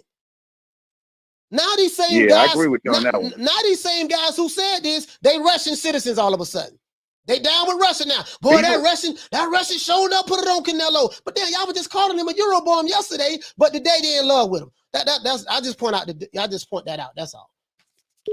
You're right, brother. And Bivol came in that fight thinking that in his mind, Canelo was a lesser boxer than him. Plain and simple. He wasn't starstruck. Yeah. he was like, he wasn't thinking that he was gonna go in there and get punched out. Yeah. He came in there with the mindset of thinking, I'm a better boxer than Canelo Alvarez. I'm gonna show him tonight. Right. I mean, even with Plant, man, like I don't understand. Like Plant was trying to get comfortable on the rope. Like you don't understand. That's what Canelo do all his damage at. Yeah. If you see all the past fights that Canelo been having, the last 10 fights, that man is not trying to win no fight on no point. No, he's trying to You're knock sitting you out. there thinking Canelo he's trying to knock you out. Yeah, Canelo trying to stop. And Bivol had one more thing that surprised me too about his discipline. You know, when he got Canelo on the ropes, a lot of younger guys, they get him on the rope and they think they hurting somebody, which he was tagging Canelo. They'll start throwing all their arsenal out, tie themselves out. Bivol will throw a good crisp 4-point combo and back up, reset. Yeah, back up, reset. Yeah. That's something that got to be talked about. Shout out to Big Zan, man. Fight, coach. Yeah, salute to you, fam. Shout out to Big Zan. Big Zan calling from Memphis. Hold on. Caller, what's your name? Where you calling from? Yeah, what's good, coach? It's Robert from New York. From New York. What's your name? You say Robert? Yeah. Yes, sir. Robert from New York. Talk to me, fam. Hey, yo, man, I just got one question, coach. What's that? What do you think Canelo should do next? Because he's in a lose-lose situation from my point of view. He loses to Bivol, he loses to a Eurobomb and a cherry pick, according to Akaka TV and Dante's Cheeseburger Nation. Mm-hmm. And, you know, it's easy to dismiss the haters and everything, but you got to understand, like, when you look up the fights and everything like that, when you look up anything in YouTube when it comes to boxing, their opinions are the first ones that, like, get out there. You know what I mean? That get put on because they got the biggest following. So, in my opinion, like, intoxicates the fan base. So, what do you think? Because if we knock out Bivol in the rematch, so just put that example, right? Yo, he lands a lucky temple punch and he knocks him out. Then the PEDs allegations are going to come out. Ducking Errol Spence is going to come out. What do you think he should do, coach? I don't know. No, they have it out for my boy. I mean, he's 168 pounder. He's undisputed in the super middleweight division. Why not just fight the guys in the super middleweight division? Why not defend your titles like other champions of the past have done? You think, okay, I'm going to ask this last question before I leave, coach. You think he should do that rather than try to go for undisputed at 175? Go for undisputed at 175. He just got beat by Dmitry Bivol. Like why would No, I'm just asking you. Oh no. Listen, I am of the opinion that if Canelo wants to campaign at 175, if he fights Bivol again, I believe he would get stopped this time. If he fights Beterbiev, Beterbiev gonna put him to sleep.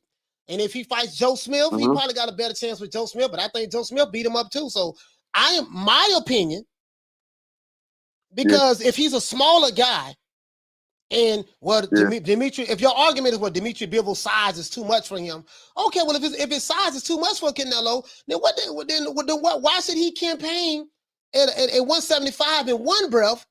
But in the next breath, you say, well, Dmitry Bivol's size is too much for him. He's still gonna have that same size if he moves there and fight him again.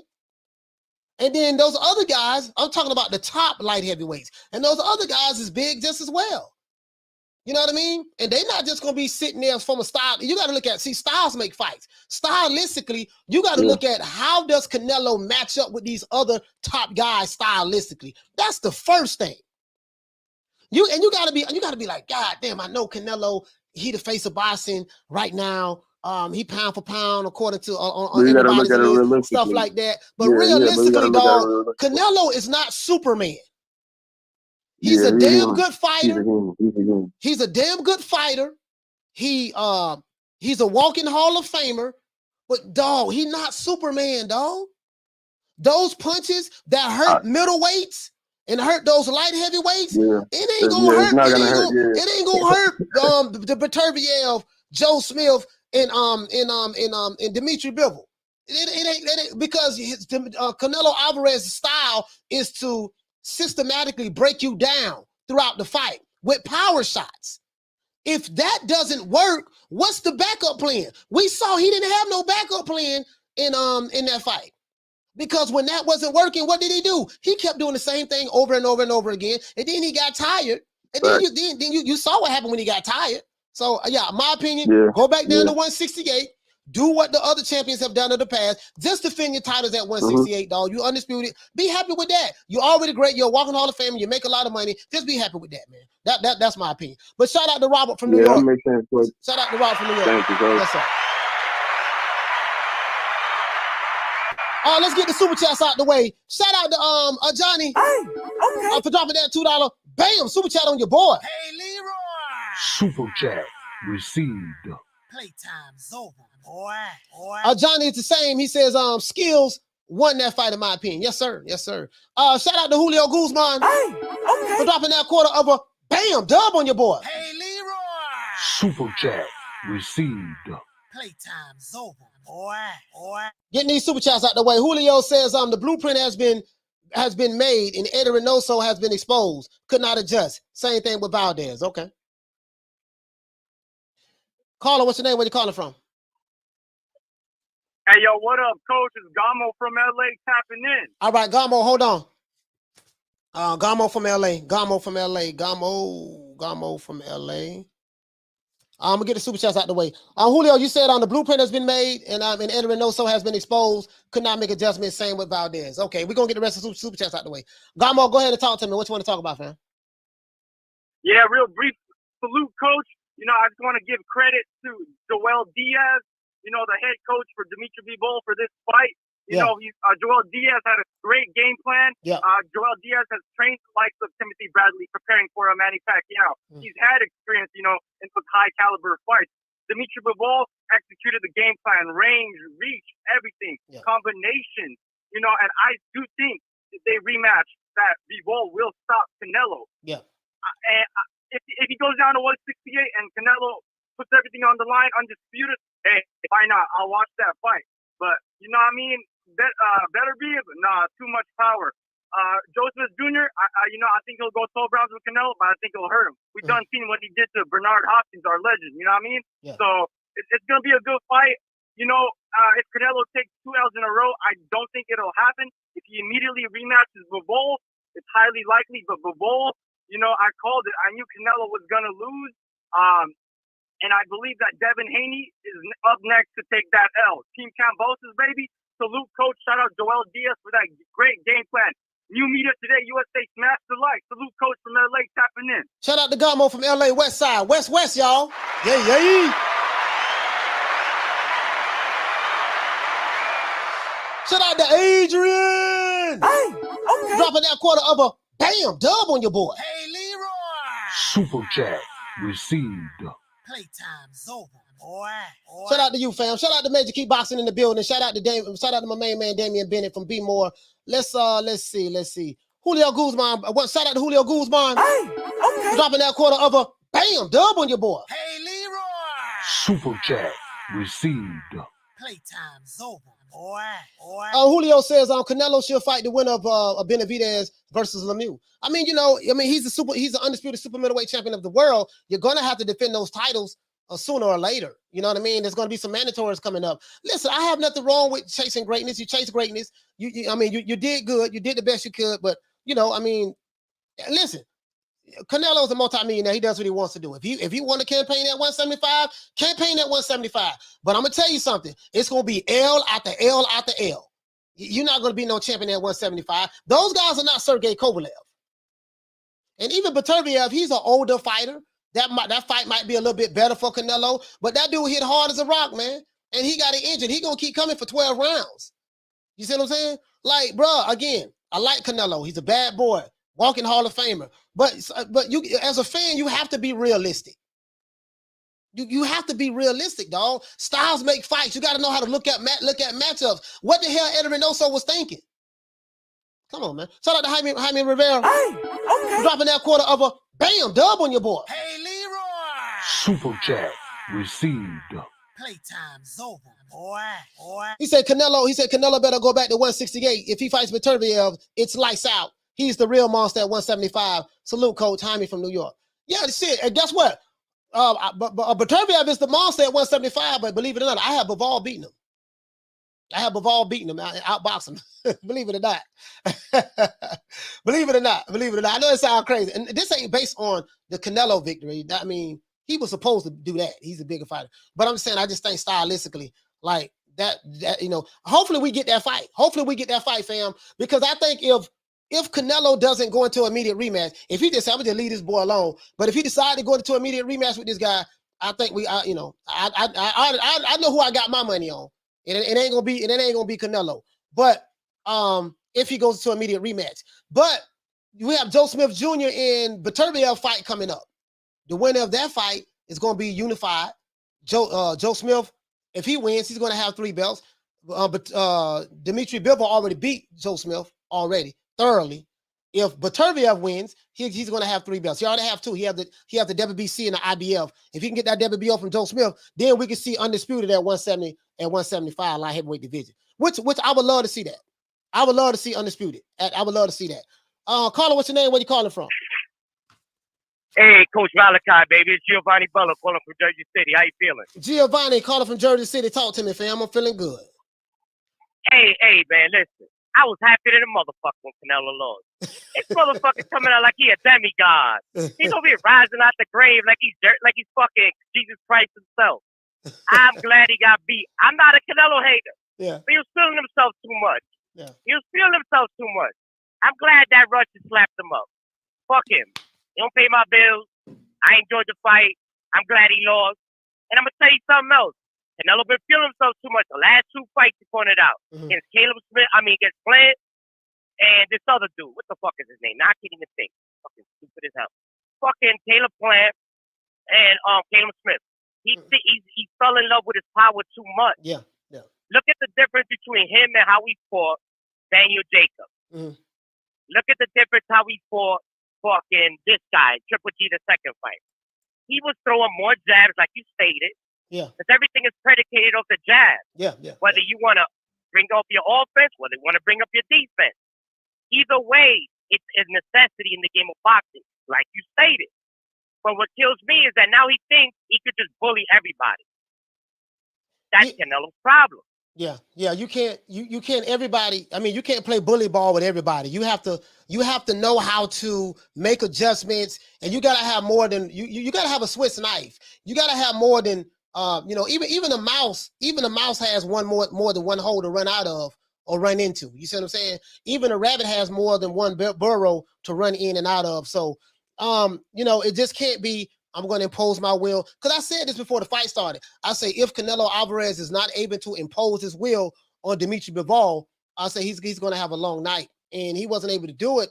And the trap counter by, shout out to Manny Robles, man, the guy, this trainer, Dmitry Bivol's trainer. They came up with an excellent game plan. He stuck with it. And, bro, I just gave you an example of what Canelo normally always does when he gets his opponent on the ropes and how his opponents go into the high guard shell. The way Dmitry Bivol set that up made him think that he was going to go into the high guard shell, which he did, and just sit on the ropes. You seen how he countered off of that. You saw when I slowed it down, I showed how wide open Canelo was. He always does that. He's always wide open like that. But the other fighters was not able to capitalize on it. Dmitry Bivol was. But listen, hey, thank you so much, Giovanni, for calling from Jersey City. Give you a round of applause, fam. Yes, sir.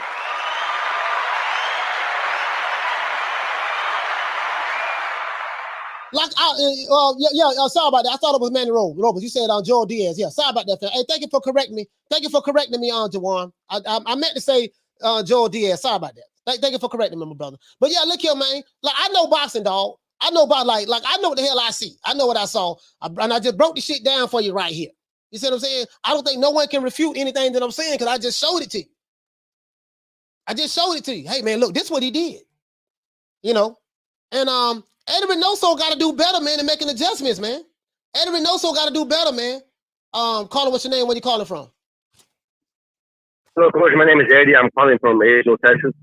Eddie calling from Hazel, Texas. Oh, yeah. Hey, Eddie, talk to me, fam. Yeah, I don't know who you is, brother. Talk to me, fam. How you doing, Coach? Doing good, my brother. Hey, man, I told you, dude, these guys got to keep an eye out on these other fighters, man. Yeah. You know what I mean? They're chance for a reason, And congratulations to Bivol. He did a great job, him and his team. And it's kind of sorry. And I mean, I don't know if it's because of the war, but they didn't let him play his national anthem. Get a little extra credit. Yeah. And But still, man, you know, they gotta watch these guys, man. There's champions out there that ain't no joke. You know what I mean? Yeah. And Bivol's one of them. Yeah. What it is this. The reason why I'm glad we're doing this show, because I want to clear up this myth that Dmitry Bivol was a Euro bum. There's nothing dumb about the people who said that, bro. For the life of me, I don't get it. And now I only have a GED. I'm not the brightest light bulb in the ceiling, nor the sharpest butter knife in the kitchen drawer. But I know this guy is not a Euro. I followed this guy. This guy used to fight on all of Sergey Kovalev undercards. I know his amateur background, and I know his boxing pedigree. And I think a lot of people who only follow certain fighters with certain promotional companies, they're very ignorant and narrow-minded as to who the other boxers are. And I think that's just what happened. Yeah. But listen, hey, shout out to Eddie, man, from Hazel, Texas. We got other calls calling in. Salute. All right, Coach. Have a good day, brother. Yes, sir. The phone lines is hot. Caller, what's your name? Where you calling from? What up, Coach? It's Drew. Only Sanch on Twitter. What's Drew? Drew, talk to me, fam. Talk to me. What's good? Where you calling from? You know what's funny, Coach? Yeah, I know. I'm in LA. LA. I'm back in LA. West side. Yay. Talk to me. You already know, Coach. You know, me and Ron Boy was up there at the Shakur Valdez. Yeah. Anybody that watches boxing, Coach, knew this was a tough fight, 50-50. And if you watch Canelo throughout his career, he struggles with elite boxers that can match him IQ for IQ. And the guys at 68 didn't have his IQ, so he didn't have to work on secondary adjustments in his 168 room. Right. He was just waiting to break them down. Canelo, I like Canelo. I've had to defend Canelo more because people think he's not trying to be great. Yeah. I don't care who you are. You go up to 175, that stuff Duran and all those guys used to do. You know what I mean, Coach? Yes, sir. Testing themselves against the best. And I don't see anything going different if he tries to rematch Bivol, but I haven't seen nothing from Charlo, Benavidez, or any of these dudes that shows me they're even elite, Coach. Yeah, I can't even. Again, those guys, you know, like the Canelo should fight Jamal Charlo argument. Again, like I'm of the opinion that Canelo needs to take his ass back down to 168, leave 175 alone. Jamal Charlo is a middleweight. So when people tell me he need to fight Jamal Charlo, and I get the argument, you say he ran from Jamal Charlo years ago, they made him a franchise. I get all of that. But I'm talking about right now, 2022. In 2022, Jamal Charlo is the WBC middleweight champion of the world. And the only way that fight can happen, Jamal Charlo will have to move up to super middleweight. So for those who tell me, yeah, he'll move up for Canelo, it doesn't make any sense to me because Jamal Charlo has two fighters that's with the PBC. They're same side of the street, same management team, promotional company, the PBC, and he would not move up to the super middleweight division to fight Caleb Plant nor David Benavidez. So, and that's how we know. That's how we know, Coach. They're just waiting for a payday to retire. Right. I have one question for you, though, Coach. Go ahead. What do you want to see next from Canelo, being that we haven't seen him had to make adjustments in like his last 5 or 6 fights? What do I think he need to do to make adjustments? Yeah, what do you want to see going forward with him in his next fight? I want Canelo to study Chocolatito. But I'm gonna tell you, I would like for him to be quicker on his feet. And when he jab, he stabs with it. Use the jab like kind of like how Mike when you're fighting these taller fighters. When Mike Tyson was with Customato and with Kevin Rooney and those boys. Right? Kevin Rooney, right? Kevin Rooney, yeah. That was prime Mike Tyson. Once he got with Don King, he was done. But prime Mike Tyson was those 3.5 years he was with them, right? With Rooney after Customato died and all that stuff there. But Tyson, by him being 5'10", when he fought those taller fighters, he used to squat down. When he come in, he had such fast footwork that once he get on the inside, he'll jab his way to come on the inside, right? He'll jab, use the footwork, come in kind of like fast and jabbing real fast to come on the inside. Jab to the body. He'll shoot it up to the head to use it as a distraction. And then by the time that jab come back down, he's coming with a right hook to the body. And then if that fighter depending on what that fighter does. If that fighter was to crouch down and go in a high guard, he'll come up with an uppercut and split the guard. Then he'll pivot, go to the side, and he'll come back and hit him in the body, and then throw an uppercut right up under the guard. You know, he'll pivot. So I want to see more. I want to see faster footwork from Canelo, working behind the jab, using that jab as a range finder, as a barometer, in order to get on the inside, work to get on the inside. Don't be so lazy and methodical. I'm just going to use the high guard and try to lull you to sleep. And then when I get close. So it was very lazy, Coach, because let's say he fights Bivol again, and Bivol goes and watches the tape. Bivol, when he's doing his catch and shoot, the uppercut was there, Coach. He was going with the hook instead of the uppercut. But hold on. Canelo gets lazy. Hold on. But I'm going to tell you something. I just showed a video. Now, he caught Bivol with an uppercut a couple times. He caught him with a couple times. No, I'm saying when Bivol was on the rope catching Canelo, with that he would counter real quick. He would go with the straight real quick, and then with the hook. When the uppercut was there, more of the times than him coming with the hook. So like Bivol's gonna make adjustments too. Yeah, he's gonna make if adjustments. they fight again. Yeah, he's gonna make adjustments. Yeah, he's gonna make adjustments. I think he'll stop him. He could stop him next time, don't you think, Coach? Yeah, exactly. Yeah, because Canelo has issues with stamina. He's has issues with stamina. So hey, but all right, Coach. Hell of a show, Coach. I love supporting, brother. Yeah, man. Yay. LA in the building. Shout out to Drew, man. LA, man.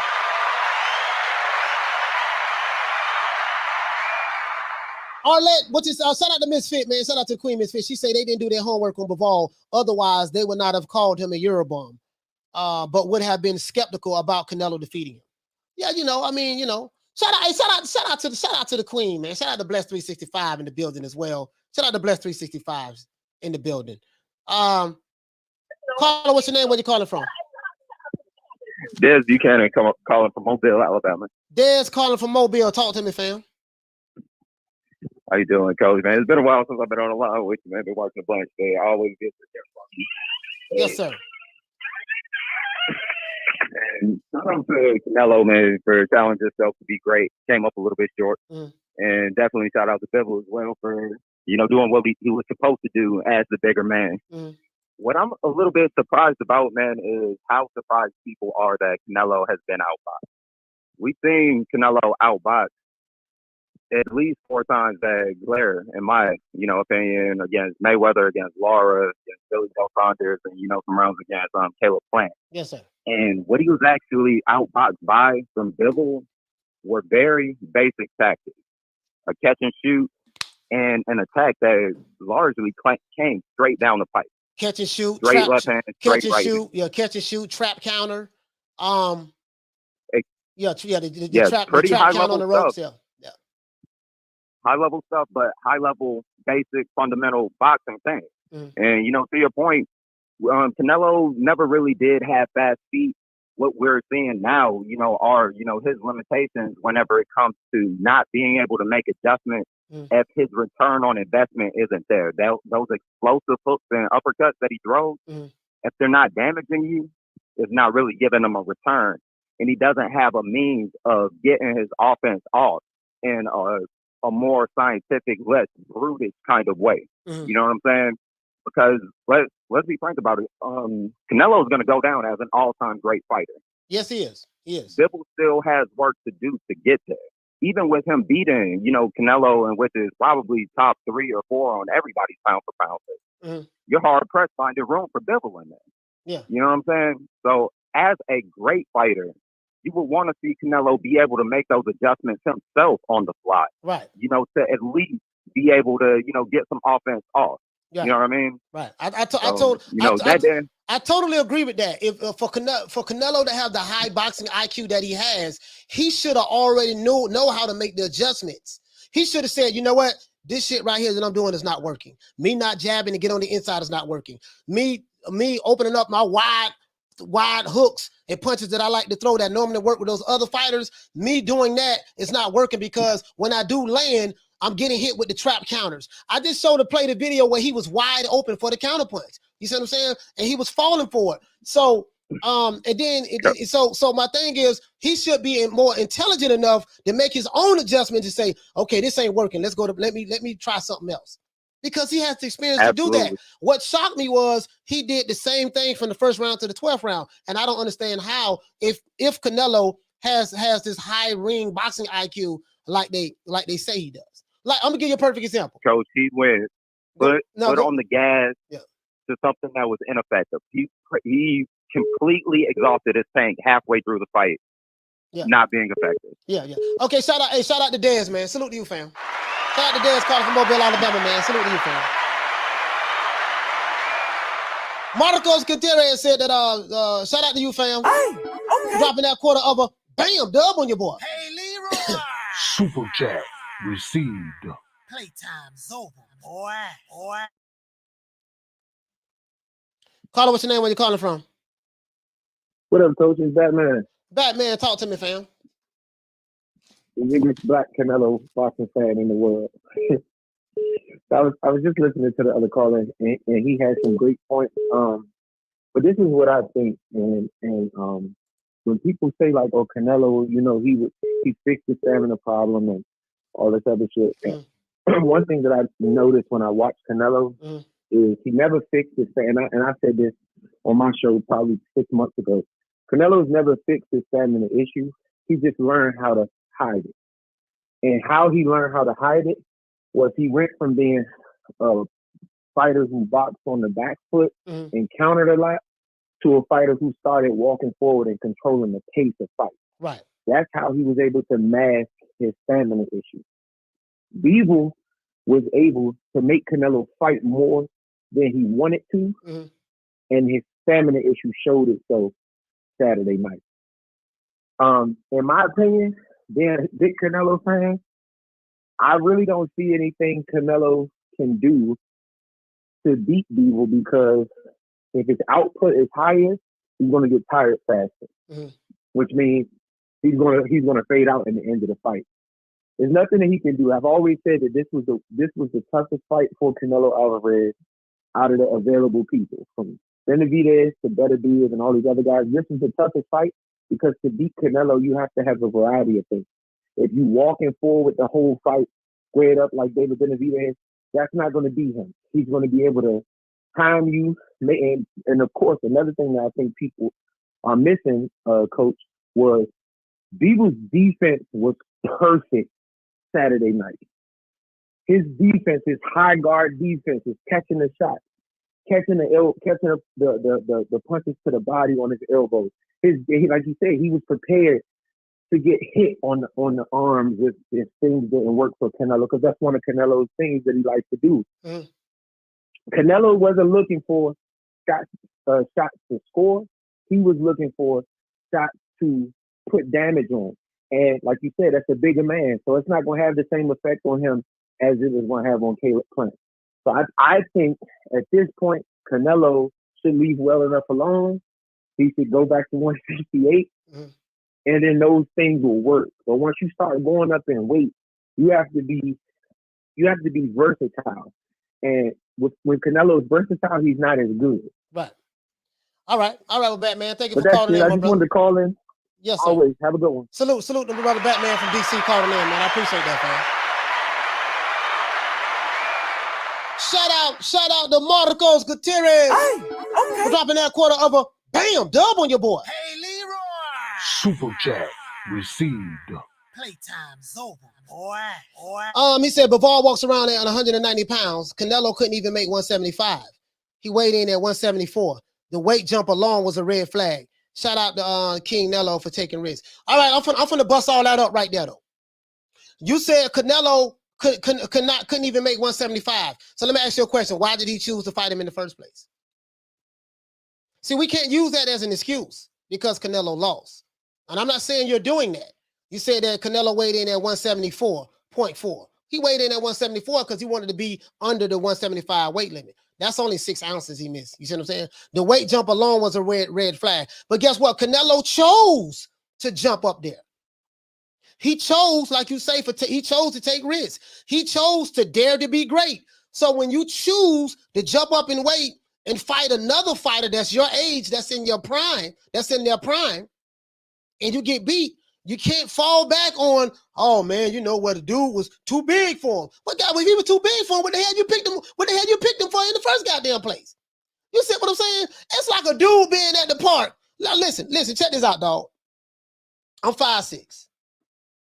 Not that big of a guy. 5'6", 675 pounds. Strong as an ox. That's like me going to the park, picking on a guy that's 6'4". I'm daring to be great. And of course, I'm not a professional boxer. The guy that's 6'4", not a professional boxer. But I'm painting the picture for you. I'm daring to be great.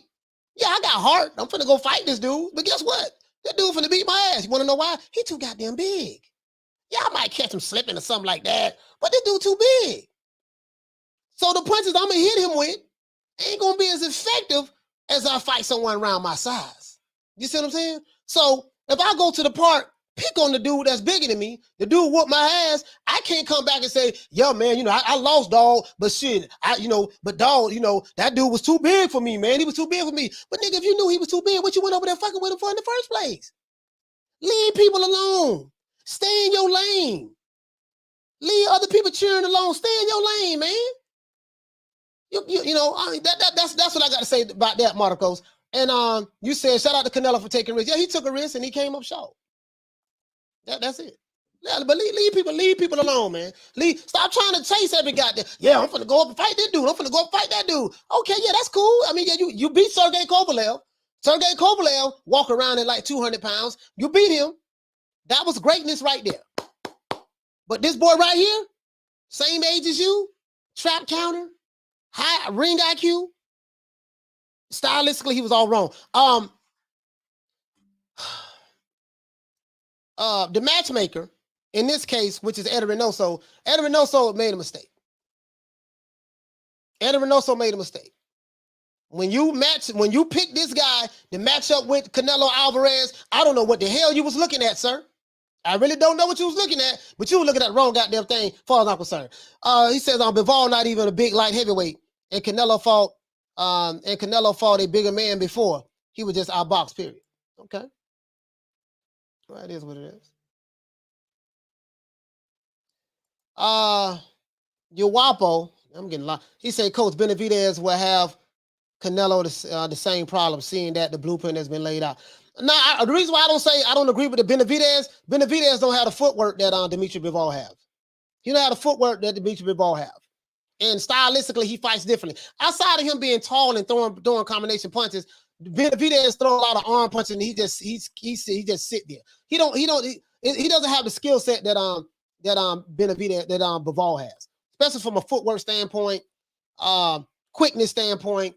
Now Benavidez does have advantages. He's a bigger guy and he probably can absorb the punishment a little bit better. But I just think stylistically, Uwapo, outside of him being tall, him and Benavidez and Dmitry Bivol have different styles. So, but I get what you're trying to say. You're trying to say because Benavidez is tall. I get what you're saying, but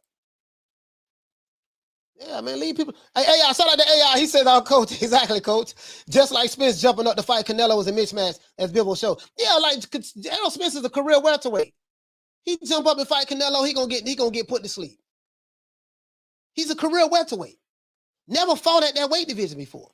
Hey, but hey, man, I'm like this here, man. If y'all fans, you want to see your fighters dare to be great, jump 3 weight divisions and fight other dudes, so be it, man. So be it. I know who I'll put my money on, though. Shout out to Big Will. Shout out to Will, man, for renewing his membership. Let's give him a round of applause.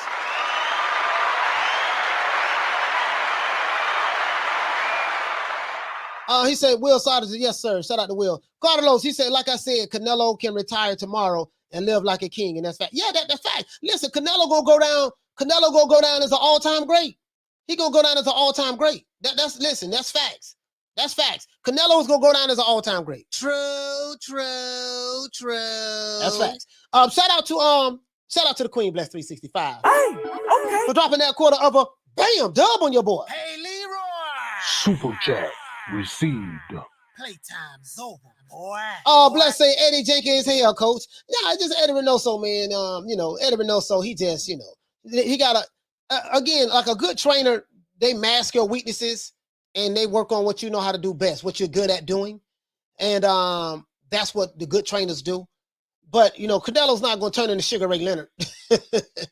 if you know, he can work on throwing his jab and having faster footwork, you know, to try to work to get in there with the jab. He can try to work on that, you know, put a new wrinkle on that. And that's all I'm saying. He can work on some things, but fact of the matter is, I just think stylistically, that guy's style is all wrong for him. If he want to dare to be great, fight him again. And hey, man, be my guest, man. Be my guest, man. Peace, family. What's going on? It's the boy, Coach Malachi Williams. We have the hottest podcast on YouTube. I want to invite you guys to please join, become a member of the show. A New Media Today USA Boxing. You can become a member by clicking the Join Now button next to the subscribe button.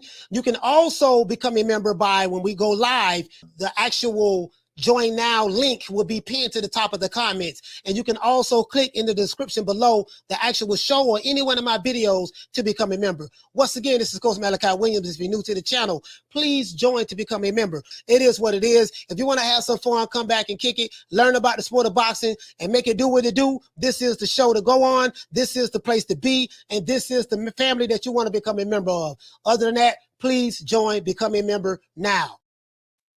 Yeah, man, that's the promo. He said Canelo dared to be great while Bivol sat back and let the best in his division fight each other.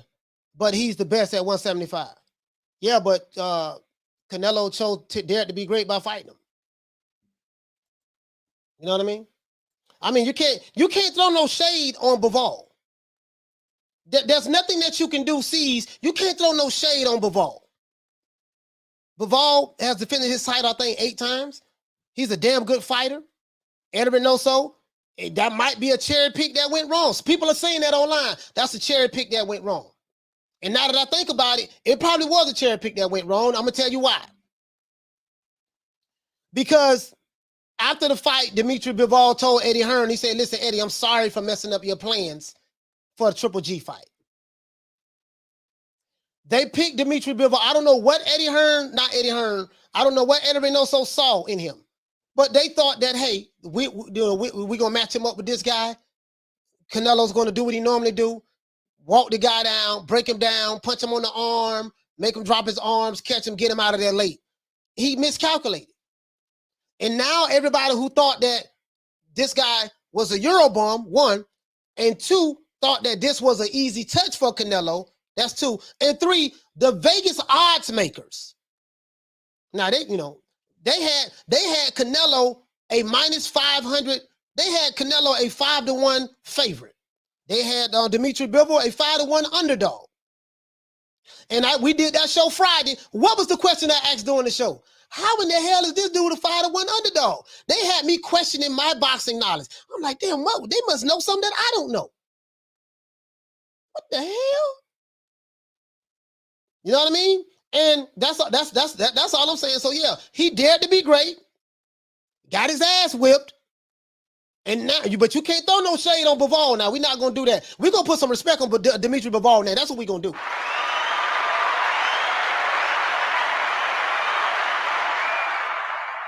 Yeah, we're gonna put some respect on his name. We're gonna put some respect on his name. I get it. C's, what you say, fam? He say Bivol beat 0 champs in this division. Guess what? He beat Canelo ass. And he undefeated, 20-0. He beat Canelo ass. You can't throw no shade on Bivol, dog. You can't throw no shade on Bivol. I don't care how you slice it, how you dice. I know you bitter.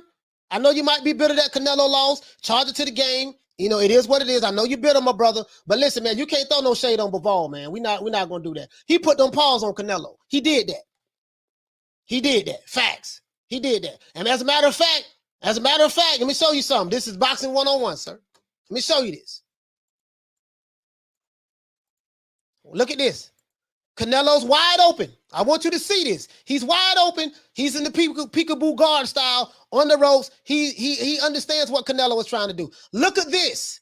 Left arm open, right arm open.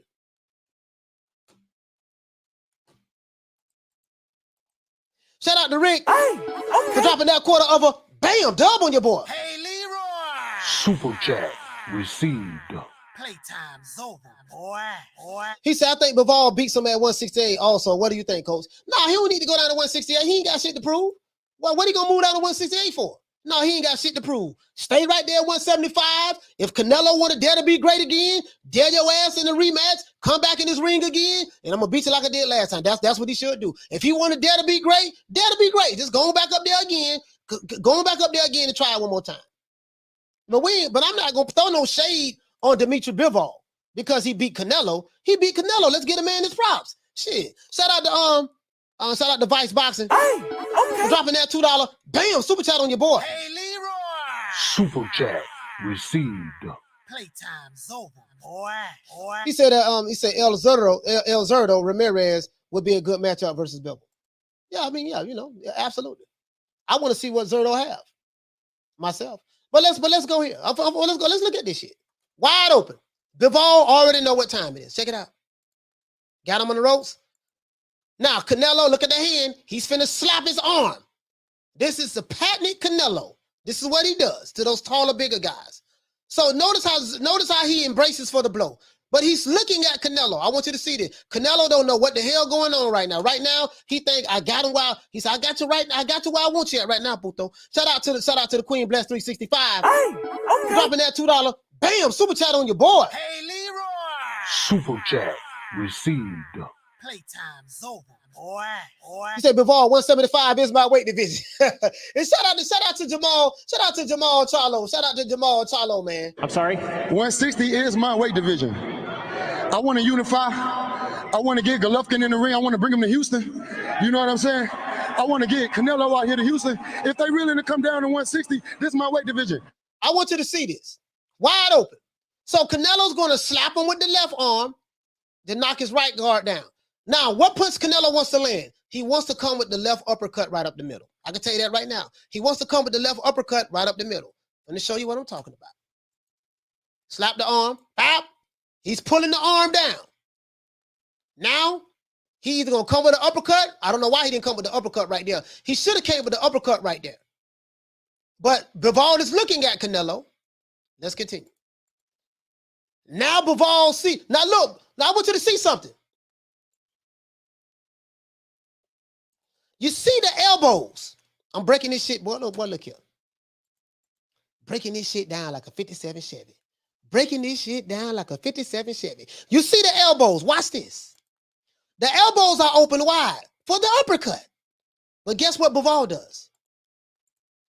Now, he closes the elbows as soon as Canelo open wide to swing. He's anticipating what? An uppercut up the middle. So he closed the elbows at the bottom. Watch what he does. And then he leans. Once he see where the punch is coming, he anticipates it. Guess what he does? He leans his body to his left in order to block the liver shot that Canelo is trying to throw. I want you to look at this. Boy, we breaking this down like a 57 Chevy.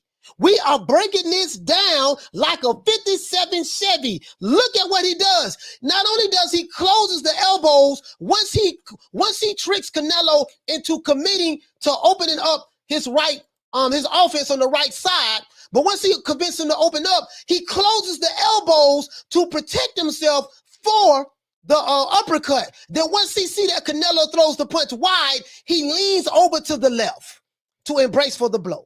Look at this again. I'm going to do this again. Here we go right here. Here we go. Both men in the high guard. Here we go. Here we go. Here we go. Here we go. Here we go. Boom, boom, boom, boom. Here we go.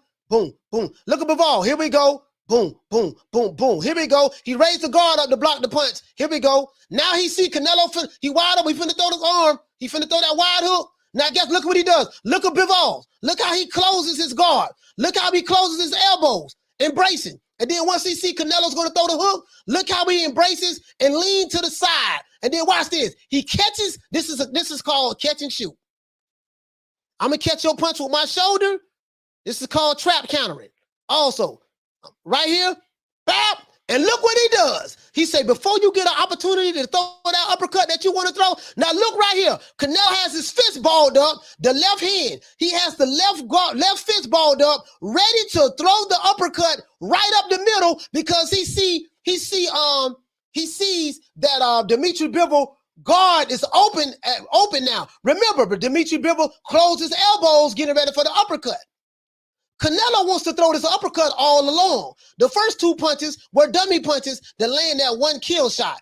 Dmitry Bivol knows this. Look where his head is at. He's looking down at Canelo's. He's looking down at Canelo's guard. He see this nigga. He say this motherfucker right here finna try to hit me with an uppercut. Guess what he does? He said, "Oh no, sir, buddy, you ain't gonna hit me with that shit." Look what he does. I'm gonna beat you to it, baby boy. Look at Canelo. Canelo looking like, oh shit, puto, I done messed up. Yakup. Caught him right there. That was the good old Yakup right there. And he came back with the right hand. That's what you're not gonna see. Bap! Caught him clean. He played possum on the ropes. Peekaboo. He played possum with the peekaboo. Played possum with the peekaboo. And what you didn't see right here, he caught him clean. He's gonna come back with a right hand. He's gonna come back with a right hand. That's what you don't see.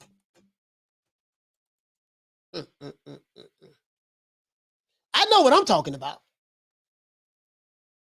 I know what I'm talking about. You can say what you want to say about me, but what you're not going to say Coach Malachi Williams don't know what he's talking about. I just showed it to you.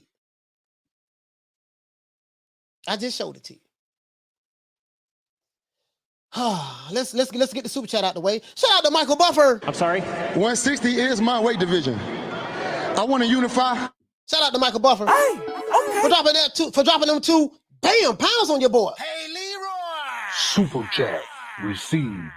Playtime's over, boy. He said, didn't Canelo say he would beat Usyk? I guess not. Hey, man, if you want to dare to be great, go fight Usyk too. DC Nardo say, let's run it back. Hey, man, if y'all like it, I love it. Run it back. Shit, run it back then. Run it back. Run it back, man. Run it back. Shit. He said, I thought Spence versus Canelo was just as outrageous as Canelo versus Usyk. Yeah. Those aren't competitive fights at all. Hey, man, some people think their fight is a Superman. Some people think their fighters are Superman. He says, I'm not going to act like dude is the best because he beat Canelo. Fuck out of here. Hey, he beat Canelo. He beat the guy who y'all say was pound for pound the best fighter in the world. I'm not saying, and guess what? As a matter of fact, Dmitry Bivol said he's not the best. You know what Dmitry Bivol says? Dmitry Bivol said that I don't consider myself the best until I get all of the belts. That's what Dmitry Bivol said. Dmitry Bivol said, I'm not the best until I get all of the belts. He said, and I got the interview. I got the interview. He said that, once I beat everybody and collect all the belts and become undisputed, then I could consider myself the best. That's what he said. That's what he said. That's what he said. You know what I mean? So some people think their fighter is Superman. Some people think their fighter can move up from welterweight and beat a super middleweight. Some people feel that way. Some people feel like that their fighter can move from super middleweight and go all the way to heavyweight and beat Alexander Usyk. Some people feel that way.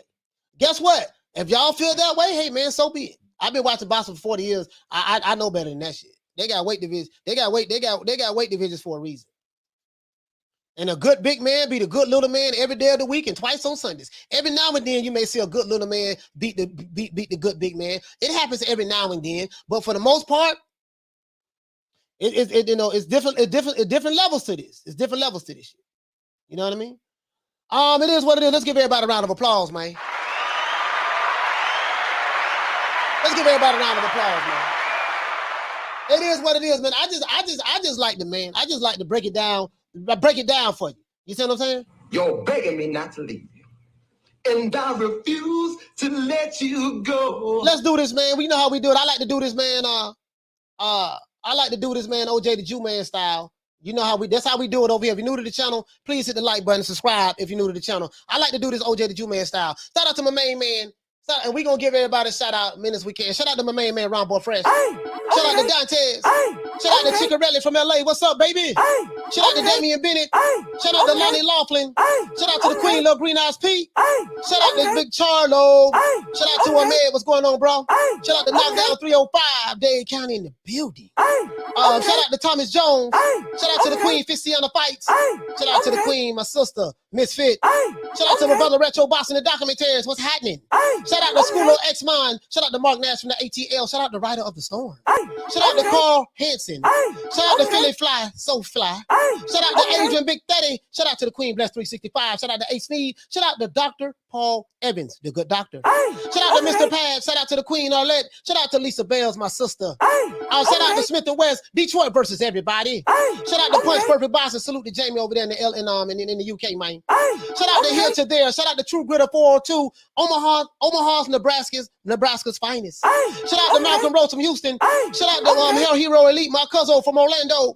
Shout out to Jay Rodriguez. Shout out to Fola Bond. Shout out to Philo 58. Shout out to Dean West. Shout out to Jim 82. Shout out to Two Matador. Shout out to Will Sargentson. Shout out to Jason Dockery. Shout out to Miguel Chartico. Shout out to the Queen Commissarine. Shout out to Dragon Leg. Shout out to Kathy W. Throwing up the W. Shout out to Ralph Reacts. Shout out to Big Ron Ronald Finkley from Vermont. Shout out to AB Sounds. Shout out to Troy Graham from B-More. Shout out to Arnold Moketsi. Shout out to Tony Boswell. Tony Tone, what's happening, man?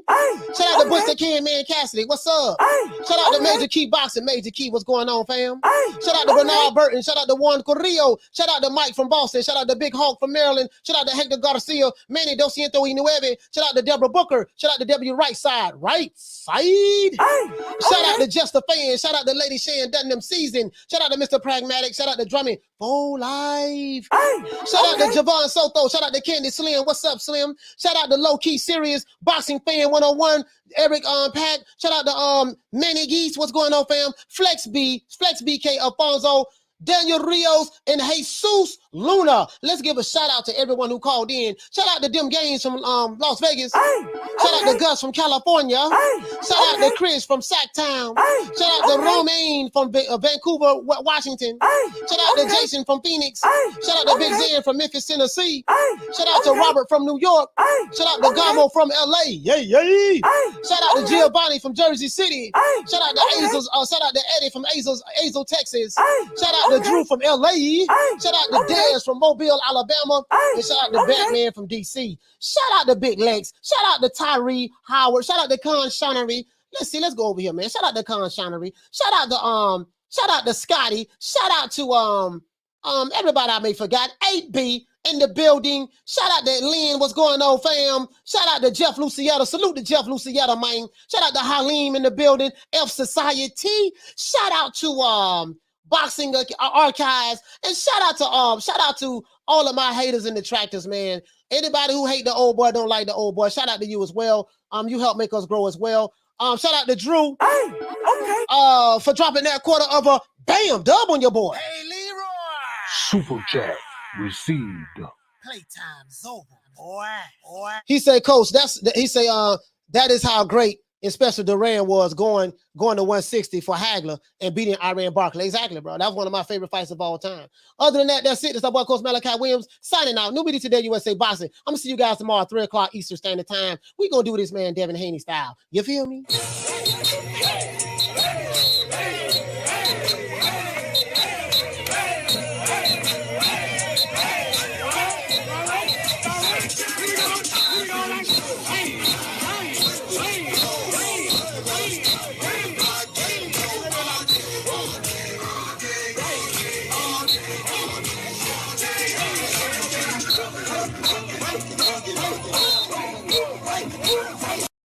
See you guys tomorrow at 3 o'clock. Don't meet me there, beat me there. Peace. Man, I'm out of here, bro. Let's go. Come on.